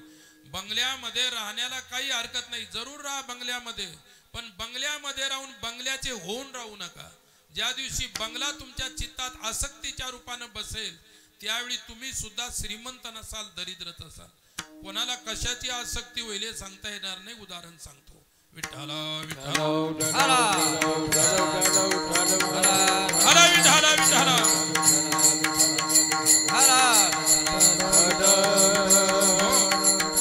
उपनिषदामध्ये, पुराणामध्ये, रामायणामध्ये अनेक ग्रंथामध्ये जनक राजाचा उल्लेख आहे. ज्ञानी म्हणून, जनक ज्ञानी आहे म्हणून त्यांचा उल्लेख आहे. एके दिवशी अचानक जनकाच्या घरी एक साधू आला. नुसती लंगोटी लावलेली, सर्व अंगाला भस्म लावलेलं होतं. आणि संध्याकाळच्या वेळी राजा जनकाच्या घरी एक साधू आला. साधू आल्यानंतर जनकाला साधूची किंमत होती. ज्याला साधूची किंमत कळते तोच एक दिवस साधू होत असतो. ज्याला साधू मध्ये राहूनही साधूची किंमत कळाली नाही तो कधी साधू होणार नाही, लक्षात घ्या. आणि मग त्या जनकाच्या घरी आला. ते ज्ञानी होते, लोकांनी त्यांना ज्ञानी ठरलो, तो होतेही ते ज्ञानी. आणि महात्म्याचा खूप आदरातिथ्य केला, आदर सत्कार केला. मोठ्या माणसामध्ये माणसाचं मोठेपण विनम्रतेनं सोबत असतं. काय, जो माणूस मोठा आहे ना त्याच्यामध्ये विनम्रता असेल तर त्याचं मोठेपण शृंगारित आहे, शोभिवंत आहे. आणि जो मोठा आहे त्याच्यामध्ये ताठा आहे तर त्याचं मोठेपण त्या ठिकाणी शोभत नाही, लक्षात ठेवा. तो अहंकारी आहे. जनकानं आदरातिथ्य केलं, पूजापाठ केला, बसवलं पलंगावर, भोजन वगैरे दिलं. तो साधू म्हणाला, मी काही कोणाचं फुकट खात नसतो, काहीतरी 4 शब्द सांगतो. राजा जनकाने प्रार्थना केली, आम्ही प्रापंचिक लोक आहोत, घरी आमच्या आले, 4 शब्द सांगा काहीतरी आम्हाला उपदेश. आणि त्याने चांगलं प्रवचन केलं. प्रवचन त्यागावर केलं. त्याने सांगितलं की त्यागेन एकेन अमृतत्व मानशुहू, या उपनिषदाच्या श्रुतीवरती त्यांनी प्रवचन केलं. इतकं छान प्रवचन केलं, जनक राजाला सुद्धा फार चांगलं वाटलं. राजासाहेब म्हणाले, काय प्रवचन केलं महाराज, आम्ही ग्रस्ती संसारी लोक, एवढा त्याग तर आमच्याकडून होणं शक्य नाही, पण निदान त्यागाचं स्वरूप तरी तुम्ही सांगितलं, बरं वाटलं. अरे तो म्हणले, एवढंच नाही, अजून तर याच्या पुढचा त्याग सांगायची माझी इच्छा आहे, परंतु ह्या घरात बायका मुलं बसले आहेत त्याच्या पुढं कसं काय सांगू. मग राजा जनक म्हणाले, कुठे सांगणार, सकाळी माझ्याबरोबर गंगेवरती चल, तिथं स्नान केल्यानंतर तुला पुढचा त्याग शिकवतो. विठ्ठला विठ्ठला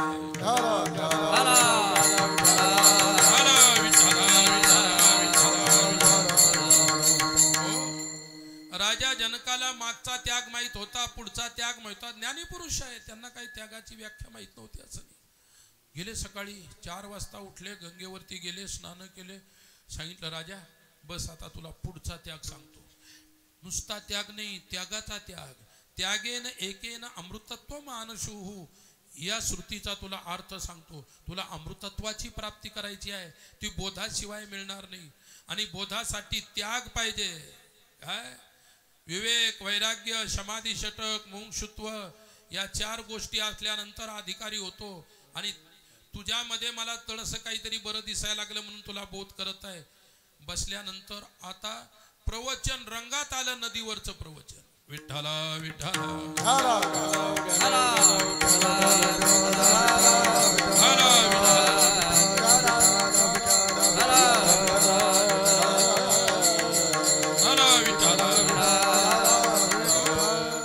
प्रवचन रंगात आलं. समोर असं एक दृश्य उभं राहिलं की समोर राजभवन दिसत होतं. नदीवरून राजभवनाला आग लागली, खालून तर कळसापर्यंत आग लागली.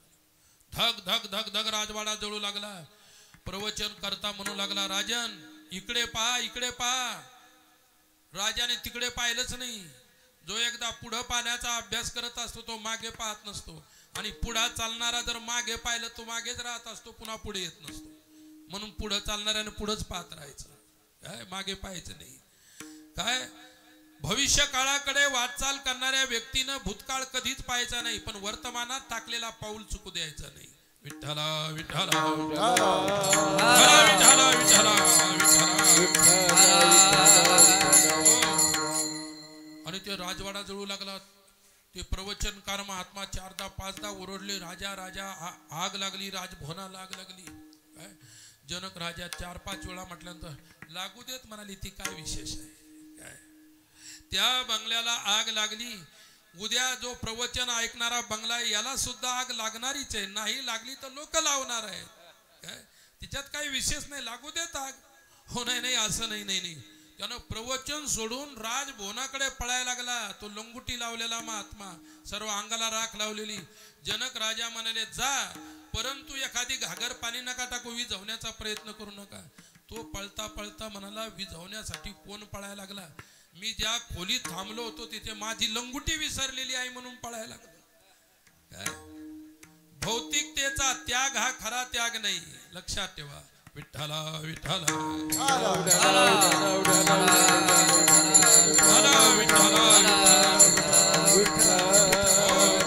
अरे साधू अमर असल्यामुळे साधूचा शास त्याग सुद्धा अमर आहे.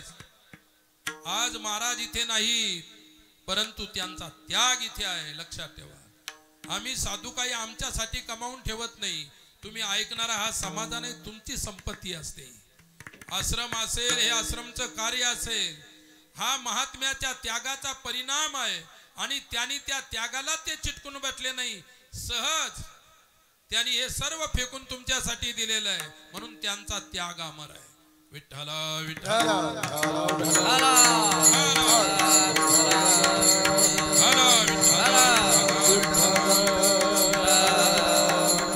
आणि म्हणून तिथं पोहोचण्यासाठी, त्या घरापर्यंत, त्या सायुज्य साधनापर्यंत पोहोचण्यासाठी काय करावं लागतं? पहिल्या सायुज्य सदानी ज्ञानाचा उद्गार, सायुज्य सदानी ज्ञानाचा उद्गार, सायुज्य सदानी ज्ञानाचा उद्गार, सायुज्य सदानी ज्ञानाचा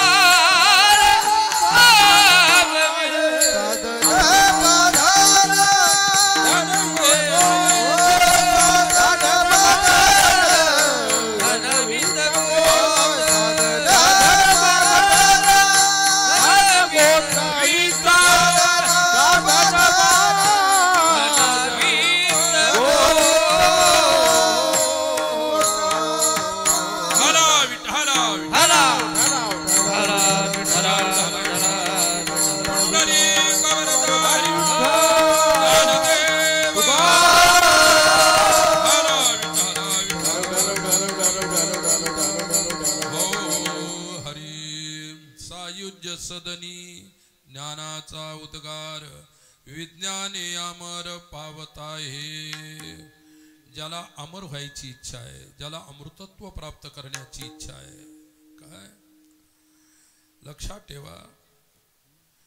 माऊली म्हणतात सायुज्य सदनी ज्ञानाचा उद्गार. उद्गार शब्दाचा अर्थ आहे परिपाक. परिपाक. भक्तीचा परिपाक म्हणजे ज्ञान आणि ज्ञानाचा परिपाक म्हणजे मोक्ष किंवा सायुज्य सदन. भक्तीचा परिपाक झाला पाहिजे. भक्ती ही पराकाष्ठेला पोहोचली पाहिजे. भक्तीची पराकाष्ठा ज्ञानाला जन्म देत असते आणि ज्ञानाची पराकाष्ठा मोक्ष प्राप्त करून देत असते. प्रत्येकाला मोक्षाची गरज आहे, प्रत्येकाला मोक्षाची अभिलाषा आहे, प्रत्येकाला मोक्ष मिळावा, प्रत्येकाला इच्छा आहे. परंतु प्रत्येकाची मोक्षाची परिभाषा वेगवेगळी आहे. विठ्ठला विठ्ठला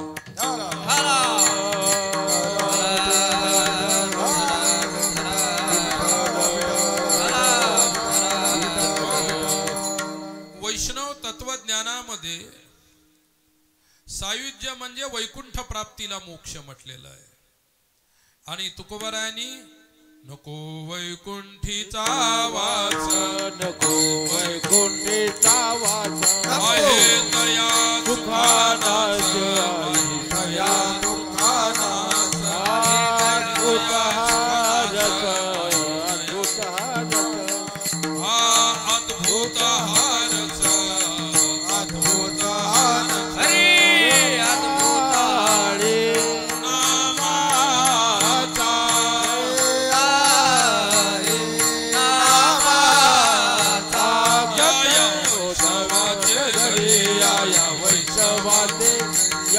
या वैष्णवाचे घरी, वैष्णवाचे घरी, या वैष्णवाचे घरी,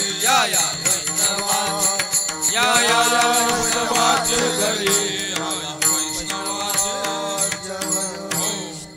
काही न ज्या वैकुंठाला मोक्ष म्हटला तुकोबारांतात नको या वैकुंठाचा वास, आहे तया सुखाना अद्भुत हारस, कथा काळी नामाचा, सायुज्य सदनी ज्ञानाचा उद्गार. सायुज्य मोक्ष प्राप्त जर करून घ्यायचा असेल तर ज्ञानाचा परिपाक व्हावा लागतो. ज्ञान मुरवावं लागतं, ज्ञानाची अनुभूती व्हावी लागते. ज्ञानानुभूती म्हणजे सायुज्य, ज्ञानानुभूती म्हणजेच मोक्ष, ज्ञानानुभूती म्हणजेच ब्रह्मानुभूती. म्हणून ज्ञानाचा परिपाक होणं अवघड आहे. ज्ञान पुष्कळांना आहे परंतु ज्ञानाचा परिपाक झालेला नाही. परिपाक होणे म्हणजे परिपक्व दशेला येणे. काय ज्ञान ज्यावेळी पिकेल त्याच वेळी तुम्हाला मोक्ष मिळेल. विठ्ठला विठ्ठला. परंतु ज्ञानाशिवाय मोक्ष नाही. रीते ज्ञानान्न मुक्ती ही ज्ञानादेव तु कैवल्यम तम विदित्वा मृत्युमेति नान्य पंथा विद्यते अयनाय ज्ञाने विनये के उपाय करशी जितुके ती गुंतीशी आदिके रुखिये. जोपर्यंत ज्ञान नाही तोपर्यंत मोक्ष नाही. आणि मोक्ष कशाने मिळेल? ते अमरत्व कशाने मिळेल? अज्ञाने अमर पावत आहे. काय विज्ञाने? विज्ञाने, विज्ञान म्हणजे विषय ज्ञान. विषय ज्ञान मध्ये अनुभूती संपन्न ज्ञान. अनुभूतीच्या ज्ञानाने तुम्हाला अमरत्वाची प्राप्ती होईल. परंतु अमरत्वाच्या प्राप्तीसाठी तुम्हाला साधना शुद्ध करावी लागेल. आणि साधना करत असताना विघ्न जास्त आहेत. ते दुसऱ्या चरणात साधन बाधाना धन कोणतवीता, साधन बाधाना धन विता गोत, हरी साधन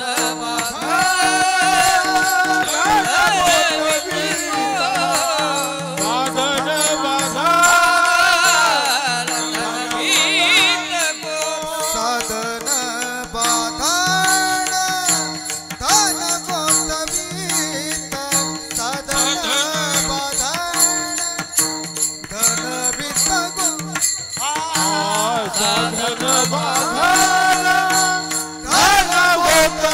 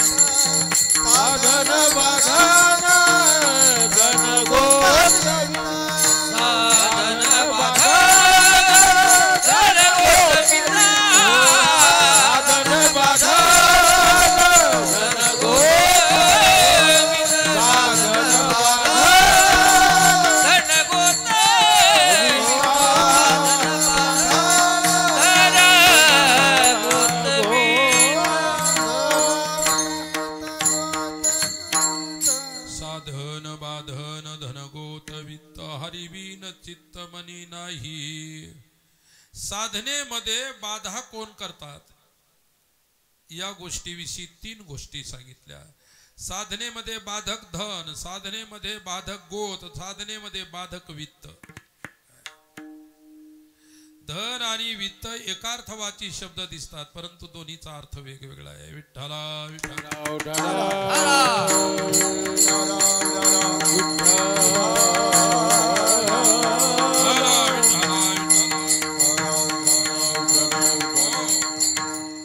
साधन सायुज्य मुक्तीचं साधन आहे.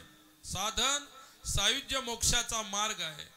परंतु बाधन म्हणजे प्रपंच. प्रपंचाचं स्वरूप धन, गोत आणि वित्त. 3 गोष्टी आहेत. ज्यांना अमृतत्वाची अनुभूती आलेली आहे,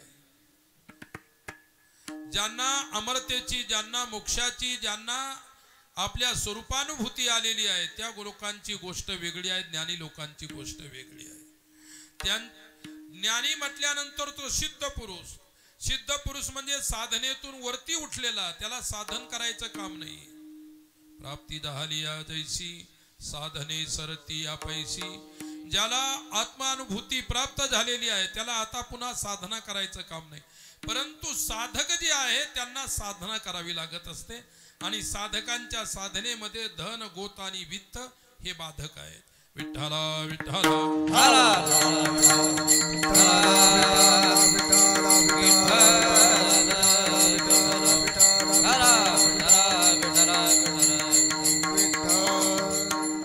म्हणून साधना मोठी आहे. लक्षात घ्या, साधनेशिवाय साध्य मिळत नसतं. मला सांगा, हरिपाठ काकडा करणारा मोठा साधू आहे का कीर्तन करणारा मोठा साधू आहे? करता का?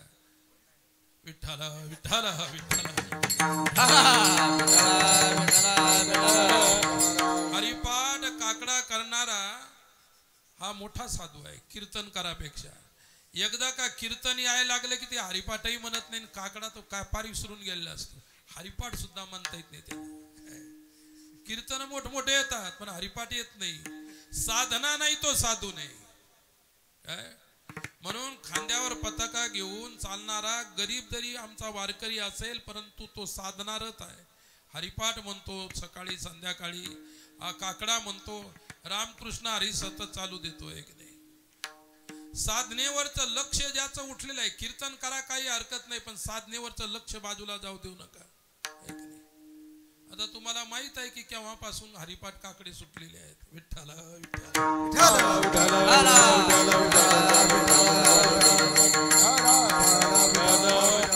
इकडे पहा, खरं बोलणाराचं तोंड दिसतं, परंतु धर्मासाठी, संप्रदायासाठी खरं बोलल्याच गेलं पाहिजे. काय म्हणणं आहे तुमचं? धर्मासाठी खरं बोललं पाहिजे, संप्रदायाच्या साठी खरं बोललं पाहिजे, साधू समाजासाठी खरं बोललं पाहिजे. म्हणून जो साधना करतो तोच केवळ साधू आहे, आणि साधना करत नाही आणि माझ्यासारखं कीर्तन प्रवचन करत असेल तरी तो साधू नाही. साधना त्यांनी सोडलेली आहे. जगात तुमच्या सारख्या लोकांना रिझवणं हा परमार्थ नाही. तुमच्यावरती केलेला परोपकार होऊ शकतो, परंतु ज्याचं भजन परमेश्वराला रिझवतं त्याला त्याचा खरा परमार्थ आहे. लक्षात घ्या. काही नाराजी आहे काय? विठ्ठला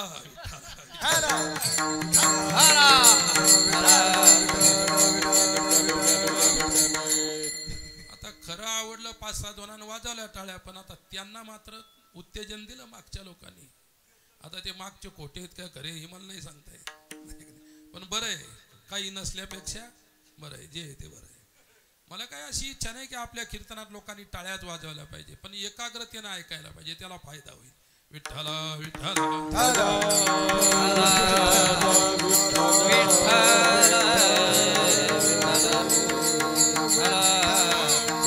परमार्थ जगाला दाखवण्याची वस्तू नाही, परमार्थ ही स्वतःसाठी करण्याची वस्तू आहे. आणि तुम्ही स्वतः केलेला परमार्थ जगाच्या 100% कामाला येणार, हे लक्षात ठेवा. एक दिवस अकबर बादशाह त्या काळातल्या नवरत्न दरबारापैकी तानसेन नावाचा सर्वात मोठा गायक होता त्या काळामध्ये. तानसेनचे गुरु स्वामी हरिदास होते. त्यांनी त्यांना रागरागिनी शिकवली, शास्त्रीय संगीत शिकवलं, शास्त्रीय गायन. एक दिवस अकबर बादशाहने तानसेनला प्रश्न केला, तानसेन तू किती सुंदर गातोस. तानसेन म्हणला, ही परमेश्वराची कृपा आहे, त्यानं वाणी दिली, त्यानं आवाज दिला म्हणून मी सुंदर गातो. नाही नाही, मला ते नाही म्हणायचं, तू इतका सुंदर गातो, तुला शिकवणारा गुरु किती सुंदर गातास. तानसेन म्हणाले, प्रश्नच नाही, ते किती सुंदर गात असतील त्याच्याविषयी मलाही सांगता येणार नाही, मी त्यांच्याकडून शिकलेलो आहे. अकबर बादशाह म्हणाला की मला त्यांचं एकदा गायन ऐकायचं आहे आणि मला घेऊन चल. तानसेनला आपल्या गुरुचा अनुभव होता. तानसेन म्हणाला, बादशाह साहब, वो आपके लिए गाएंगे ये मैं विश्वास नहीं दिला सकता. आपके लिए गाएंगे? नहीं नहीं, बोले उनको ये कहना कि स्वयं दिल्ली का बादशाह सुनने के लिए आ रहा है, ये बात कह दो, वो अपने आप मुझे सुनाएंगे. बोले ऐसा कहूंगा तो आज बात नहीं सुनाएंगे फिर वो तो है. पण तरी सुद्धा तानसेन म्हणला, तुमची इच्छाच आहे तर चला, काही हरकत नाही. माझ्या गुरुचं गायन ऐकायचं ना तुम्हाला, तुमच्या भाग्यात असेल तर मिळेल तुम्हाला ऐकायला. अरे गुरुचं गायन ऐकणं हे परम सौभाग्याची गोष्ट आहे. गुरुच्या वाणीतून जो शब्द तुमच्यासाठी येईल ते गुरुचं गायन आहे. तुमच्यासाठी गुरुच्या वचनातून एखादी शिवी जरी आली तर तुमच्यासाठी ते गायन आहे. अशी तुमची एक निष्ठ पाहिजे श्रद्धा, त्यावेळी तुम्हाला त्याचा लाभ होईल. तानसेन आणि अकबर बादशाह स्वामी हरिदासजीचं गायन ऐकण्यासाठी वृंदावनला आले. स्वामी हरिदास वृंदावनला राहत होते. ते जिथं गात होते तिथे मी रोज जाऊन बसायचो वृंदावनला असताना. त्या अशा पवित्र भूमीमध्ये बसल्यानंतर वेगळ्याच प्रकारची स्फुरण आणि तिथला अणुरेणू, तिथली स्पंदन विलक्षण असतात. विठ्ठला विठ्ठला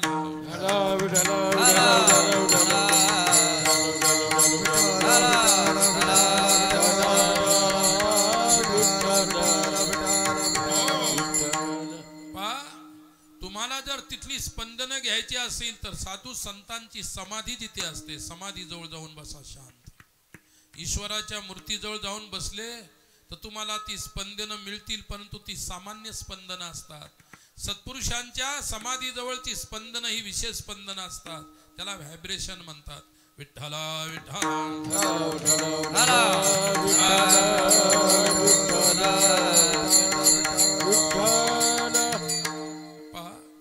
साधू आहे. तानसेन अकबर बादशाह वृंदावनला आले. तिकडून एक वैष्णव येत होता. मग आता त्यांचं आणि त्या वैष्णवाचं राम राम श्याम श्याम झालं. बादशाह ने पूछा कि कहाँ से आ रहे हो? बोले वृंदावन से आ रहे हो. बोले कैसे जाना हुआ वृंदावन? बोले स्वामी हरिदास जी को सुनने के लिए गया था. बोले सुना? नहीं. बोले एक महीना तक प्रतीक्षा करता रहा, लेकिन उनका गायन ही नहीं हुआ है.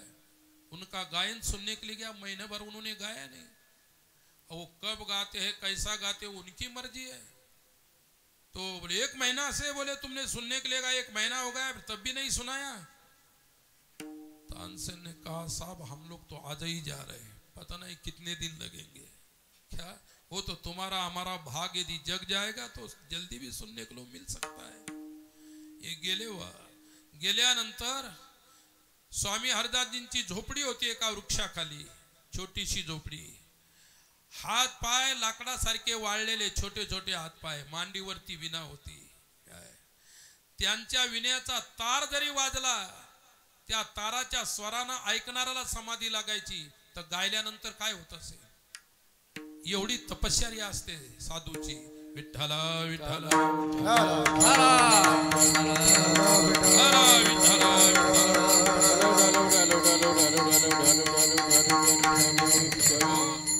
तुम्ही जर एकदा 4 धाम केले तर 400 वेळा सांगतात की मी 4 धाम केले, 4 धाम केले, 4 धाम केले. कोणती मोठी बहादुरी केली तुम्ही, 4 धाम केले. साधू आहे हे. चुपचाप झोपडीच्या मागे बसले. एक दिवस गेला, रात्र गेली पूर्ण. बादशाह बिलकुल डोळे उघडे करून बसलेला, ऐकायचं आहे. किती आतुरता असेल. परमार्थ आतुरतेचा पाहिजे, तन्मयतेचा पाहिजे, तर काहीतरी मिळत असतं. नाहीतर बस लोक ऐकतात म्हणून ऐकायचं, लोक बसले म्हणून बसायचं, लोक उठले म्हणून उठायचं, लोक चालले म्हणून चालायचं. तो चाली चालीचा परमार्थ नाही. बादशाह स्वयं बसलेला आहे रात्रभर डोळे ताणून. काय ऐकायला डोळे लागत नाहीत, ऐकायला काय लागतात? कान लागतात. म्हणून तर बरेच लोक झोपून ऐकतात कीर्तन प्रवचन, डोळे बंद करून. अरे झोपला होता का? नाही, मी नाही का एकाग्र झालो होतो, ध्यान लावलं होतं. 100% फुल झोपलेला होता. झोपलेला माणूस अजून कधी खरा बोलला नाही, लक्षात ठेवा. झोपलेली माणसं जेवढं खोटं बोलतात ना तेवढं कोणीच बोलत नाही. विठ्ठल विठ्ठल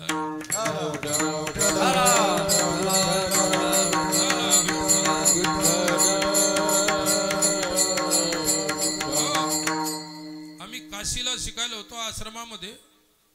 ते महाराज होते 3:30लाच उठवायचे, नाहीतर थंडगार बर्फासारखं पाणी अंगावर टाकायचं. विद्यार्थी होतो आम्ही. माझ्यासोबत एक दुसरा महात्मा होता. इकडे प्रत्येकाचा आपापला अभ्यास असतो. ते काय करायचं, उठायचं आणि जागीच घाटावर गंगा होती, गंगेपर्यंत जायचं काय, आणि तिकडून येताना गंगेवरची राख अंगाला लावायचं, बिना स्नानाचंच मांडी घालून बसायचं. आणि इतकी त्याला अभ्यास झाला होता, तो फुल 100% झोपायचा, पण असं वाटायचं की ध्यान करते. आणि मग ते आमचे जे मोठे बाबाजी होते, महात्माजी, ते उठवायचे सकाळी सकाळी, सर्वांना अभ्यास करा, ध्यान करा, धारणा करा, स्नान करून या. आणि सर्वांच्या अगोदर असं बसलेलं मांडी घालून समाधीस्थ. त्यांनी मला विचारलं की हे आंघोळ स्नान करते का नाही? स्नान करता है महात्मा? हमने कहा मेरे पहले से जाता है, क्या करता है पता नहीं. मी पाहिलंच नाही करतो का नाही म्हणून. पण मात्र राग वगैरे लावून यायचं, भस्म वगैरे असं बसायचं टाईट. मी त्याला एक दिवस विचारलं, ते बाबाजी उठवायला येतात, तू झोपीत असतो का ध्यान करत असतो? ते म्हणाले माझी झोपत असते, पण अभ्यास मात्र असा आहे मी झोपीत सुद्धा हलत डुलत नाही, मान हलत नाही, काय नाही. काय तुमच्या झोपात पुढच्याला धडका मारतात. आता ज्याचा त्याचा अभ्यास जसा असेल तसा तो करतो. पण ते असं बसायचं बिना आंघोळीचं, बिना स्नानाचं, भस्म गिस्म लावून लगे मोठी रुद्राक्षाची माळ, असं ताईट बसायचं लाकडासारखं. मी म्हटलं ध्यानाचा अभ्यास केला का झोपीत? ते म्हणजे मी झोपीचाच अभ्यास केला, नंतर ध्यानाचा करणार आहे. आता मेल्यावर करतो का ध्यानाचा? असा कुठं खोटा अभ्यास असतो? चला ठीक आहे. आता ज्याचा जसा स्वभाव आहे, जसे संस्कार आहे, तसा माणूस करत असतो, त्याला काही हे नाही. अकबर बादशाह तानसेन रात्रभर बसले. सकाळी ब्रह्म मुहूर्तामध्ये 4 वाजता विण्यावरती बोट पडलं, झनकार आली ऐकू, ऐक नाही. अकबर बादशाहला तिथंच समाधी लागली. अजून तर गायनच सुरू व्हायचं होतं, नुसती तार वाजली विण्याची. रोमा रोमामध्ये तपश्चर्या रमलेली ज्या साधूची असते, त्याचे वचन असेल, त्याचा स्पर्श असेल, त्याचं काही असेल, ते तुम्हाला सिद्ध बनवल्याशिवाय राहणार नाही. एवढी शक्ती महापुरुषामध्ये असते. विठ्ठल विठ्ठल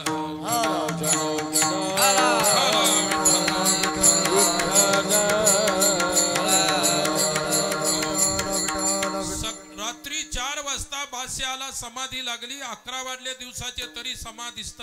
तानसेननं हलवलं असं, उठा. ज्यावेळी उठवलं त्यावेळी जे राग गात होते सकाळचा, त्या रागाची समाप्ती होती. 2-4 शब्द कानावर पडले फक्त. अरे बाप रे, म्हणजे काय लाजवाब आवाज है ये, गुरुजी का आवाज? बोले हाँ साहब, यही गुरुजी का आवाज है. केवल विना की झनकार सुनते ही मुझे समाधि लगी. तो गायन तो कितना अच्छा है, लेकिन मेरे मन में अभी एक ही प्रश्न है, अंतिम प्रश्न है. अब आगे कभी प्रश्न नहीं करूंगा. जो पर्यंत समाधान होत नसतं तोपर्यंत माणसं प्रश्न करतात, आणि समाधान झाल्यानंतर प्रश्न संपत असतात. नंतर फक्त उत्तरच राहत असतं. विठ्ठल विठ्ठल.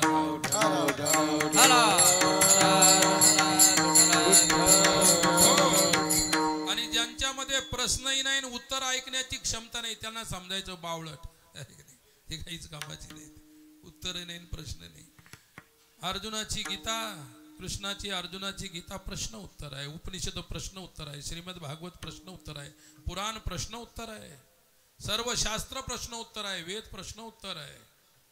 मला सांगायचं एकच महत्वाची गोष्ट, की प्रश्न माझा अंतिम आहे. तानसेन बोले गुरुजी कितना अच्छा गाते, तुम भी अच्छा गाते हो या, लेकिन गुरुजी की गाने में क्या विशेषता है तुम्हारे गाने से? बोले साहब इसका इतना ही उत्तर है, मैं तुम्हारे जैसे बादशाह को खुश करने के लिए गाता हूं। अरे मेरे गुरुजी श्री कृष्ण कन्हैया के लिए खुश करने के लिए गाते हैं, दोनों में इतना अंतर है। वो परमात्मा के लिए गाते हैं, मैं लोगों के लिए गाता हूं। मैं स्वार्थ के लिए गाता हूं, वो परमार्थ के लिए गाते हैं। ये जीवन है। विठ्ठला विठ्ठला।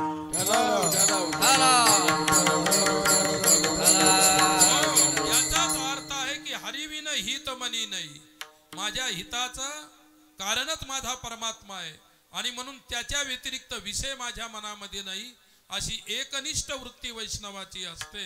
आणि म्हणून तेच वैष्णव तुमच्या आमच्या मार्गाचे कापाडी आहेत।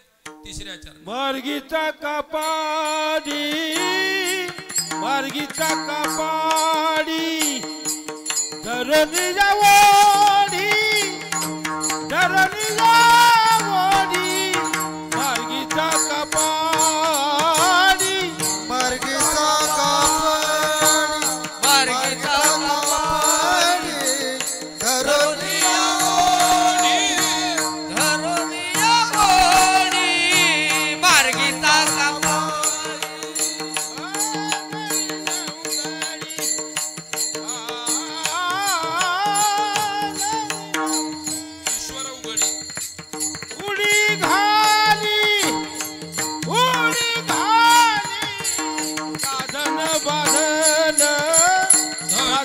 बाधन धन गोतवीता, धन गोतवीता, साधन बाधन ईश्वर उडी घाली, ईश्वर उडी घाली, साधन बाधन, साधन बाधन, धन गोतवीता,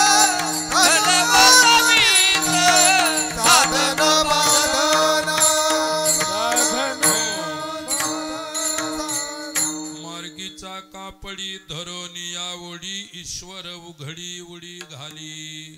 कापडी म्हणजेच यात्रेकरू, कापडी म्हणजे सैलानी।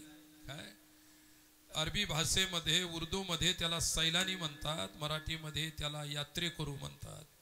म्हणून मार्गीचा कापडी धरोनी या ओढी, मार्गीचा यात्रेकरू साधू तुमच्या सारख्यांना सुद्धा त्यांच्या मार्गामध्ये जबरदस्ती ओढण्याचा प्रयत्न करतात आणि तरी तुम्ही झटके देता त्यांना। झटके द्या, आता सवय लागलेली झटके द्यायची का? या कीर्तन आहे आज युवराश्रमला कीर्तन आहे काय? नाही नाही महाराज, मी सकाळपासूनच खुणगाट बांधून ठेवली, मी काम बाजूला ठेवलेले आहेत आणि 100% येणार। आणि दुसऱ्या दिवशी भेटला विचारला दिसला नाही, नाही यायचं 100%च होतं, परंतु काहीतरी अडचण आली, काहीतरी म्हणजे मग उत्तर भरपूर आहेत त्याला। अभ्यास आहे खोटं बोलण्याचा। बरं मला सांगायचं की मार्गीचा कापडी, परमार्थ मार्गाचा कापडी म्हणजे यात्रेकरू, वैष्णव, संत, साधू, सिद्ध पुरुष जबरदस्ती समाजाच्या उद्धारासाठी त्याला ओढून ताणून आणतात आणि आल्यानंतर ईश्वर उघडी उडी घाली। परमार्थावरती किती निष्ठा आहे। देह जावो अथवा राहो, पांडुरंगी दृढ भाव, चरणन सोडी सर्वता आन तुझी पंढरीनाथा। हा अनन्य विश्वास ज्यावेळी परमार्थामध्ये हे होत असतो त्यावेळी तो परमार्थामध्ये उडी घेतो, म्हणजे प्रवेश करतो। विठोबा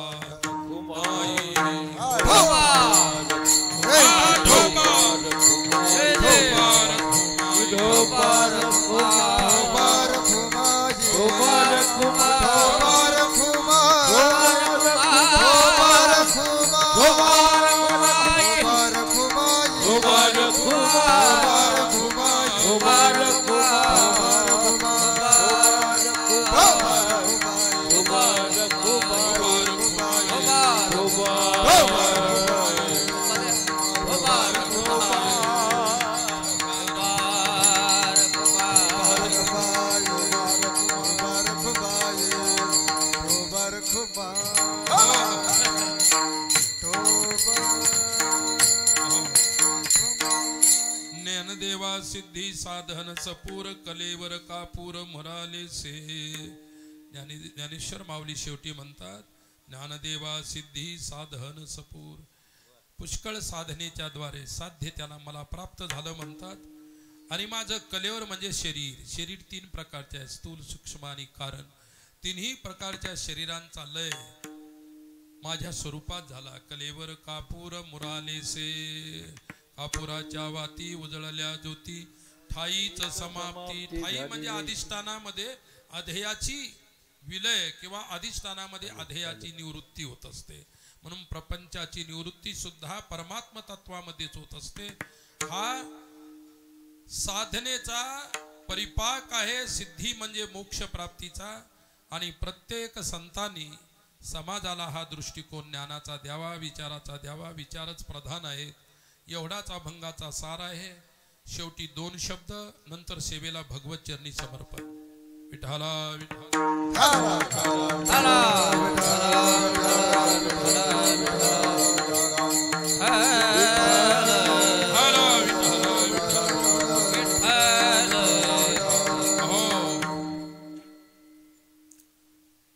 स्वामी विवेकानंद जयंती महोत्सव 2024 आपल्या विवेकानंद आश्रम हिवरा या ठिकाणी महाराजांनी या उत्सवाला सुरुवात केली. या उत्सवाला सुरुवात करून अनेक वर्ष लोटली. अनेक वर्षाचा हा त्यांच्या साधनेचा, तपश्चर्येचा परिपाक आहे. ज्यांनी विवेकानंद स्वामींच्या विचाराचा वारसा घेऊन आपला विवेकानंद आश्रम ते होते तोपर्यंत त्यांनी समर्थपणे चालवला. आजही त्यांच्या विचाराचा, संत स्वामी सुखदास महाराजांच्या विचाराचा वसा घेऊन आश्रमची सर्व मंडळी चालवत आहे.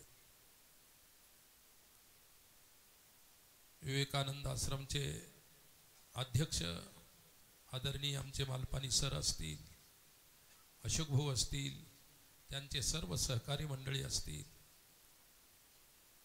महाराजांच्या नंतर सुद्धा मी सांगत असतो की साधू अमर असतो, साधू कधीही जात नसतो, लक्षात ठेवा. वृंदावनला हरिबाबा नावाचे संत होते. ते आपल्या प्रवचनातून सांगायचे, अरे गड्यांनो, साधू अमर असतो बरं, साधू कधीच मरत नसतो. साधूचं अमरत्व नित्य आहे. स्थूल शरीराचा त्यांनी त्याग केला.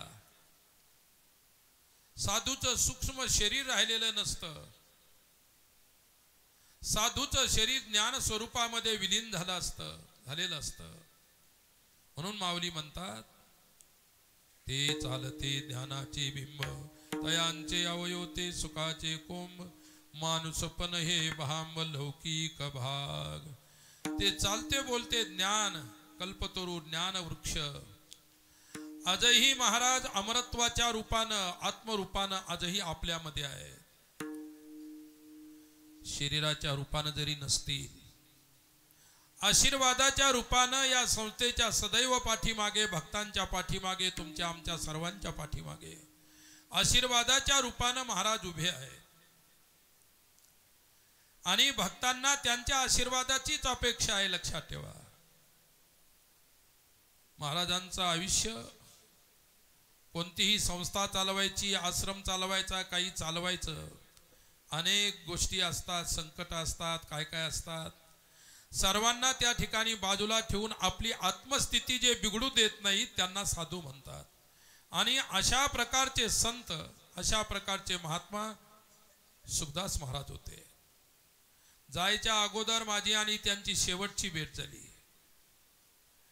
काय त्यावेळी आम्ही दोघंच बोलत होतो. आम्ही आमचं हिदगुज बोलत होतो, आम्ही आमचे विचार बोलत होतो.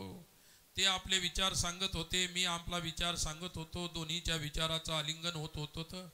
बोलता बोलता त्या म्हणाले, काय आहे आपल्या याच्यामध्ये? हे आपलं काहीच नाही, आपलं नाहीये. काय हे ज्यानं दिलं त्याचा आहे, आपण काही दिलंच नाही तर आपण त्याची कशाला अहंकार आसक्ती धरायची? किती मोठे विचार. काय हे याच्यामध्ये माझं काही नाही. स्वामी विवेकानंद म्हणायचे, मी गर्दीमध्ये जरूर राहतो पण मी कधीही गर्दीचा होऊन राहिलो नाही. गर्दीचा आणि माझा काही संबंध नाही. गर्दीच्या कल्याणासाठी मी राहिलो पण गर्दीची आसक्ती मी धरली नाही.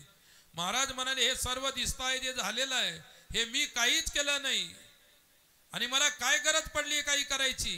करणारानं करून घेतलं, करणारानं करून घेतलं, भोगणारे भोगत आहेत, पुढे भोगत राहणार आहेत आणि जे सेवा करेल त्याच्यासाठी सर्व आहे. हे संपूर्ण सेवेचा परिपाक आहे. महाराजांच्या पूजनीय महाराजांचा हा आशीर्वाद आहे आणि त्या आशीर्वादामुळे हे सर्व काही आपल्याला दृश्य दिसतं.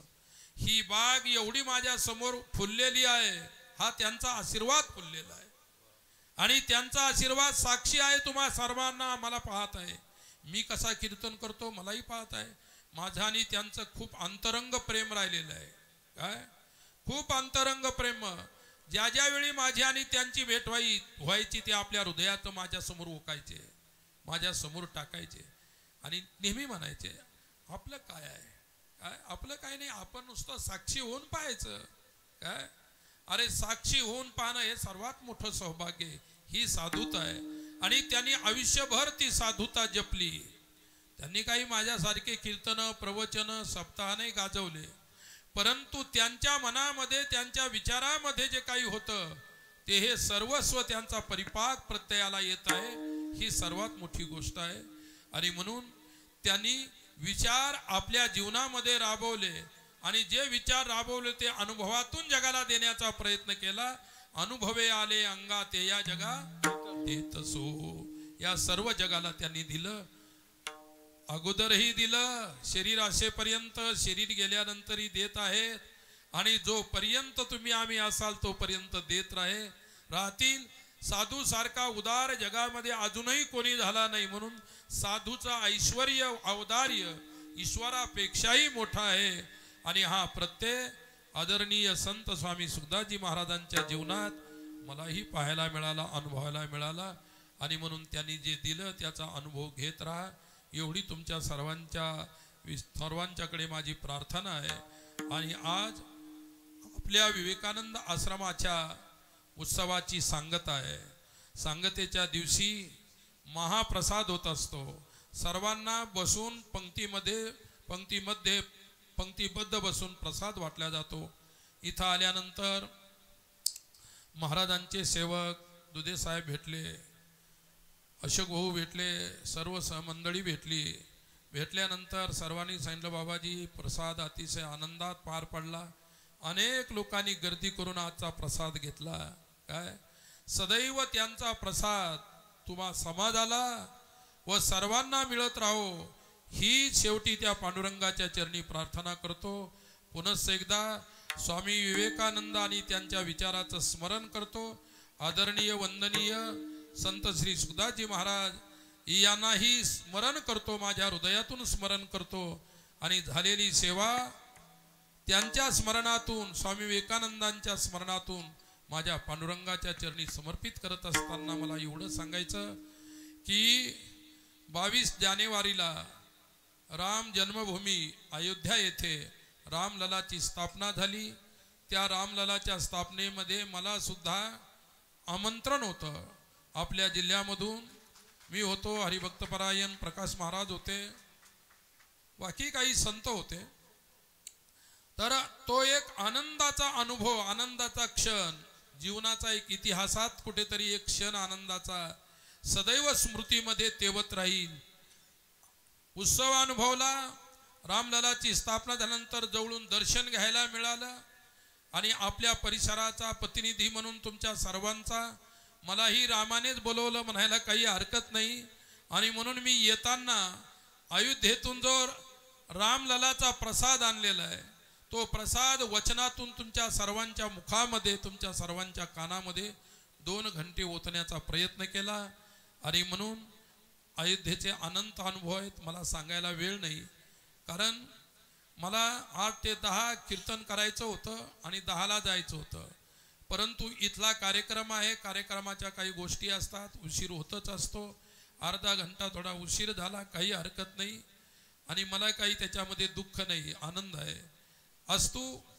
कारण आता इथून उठल्यानंतर गंगाखेड आणि लातूरच्या मध्ये गाव आहे पोखर्णी म्हणून, त्या गावाला जायचं आहे.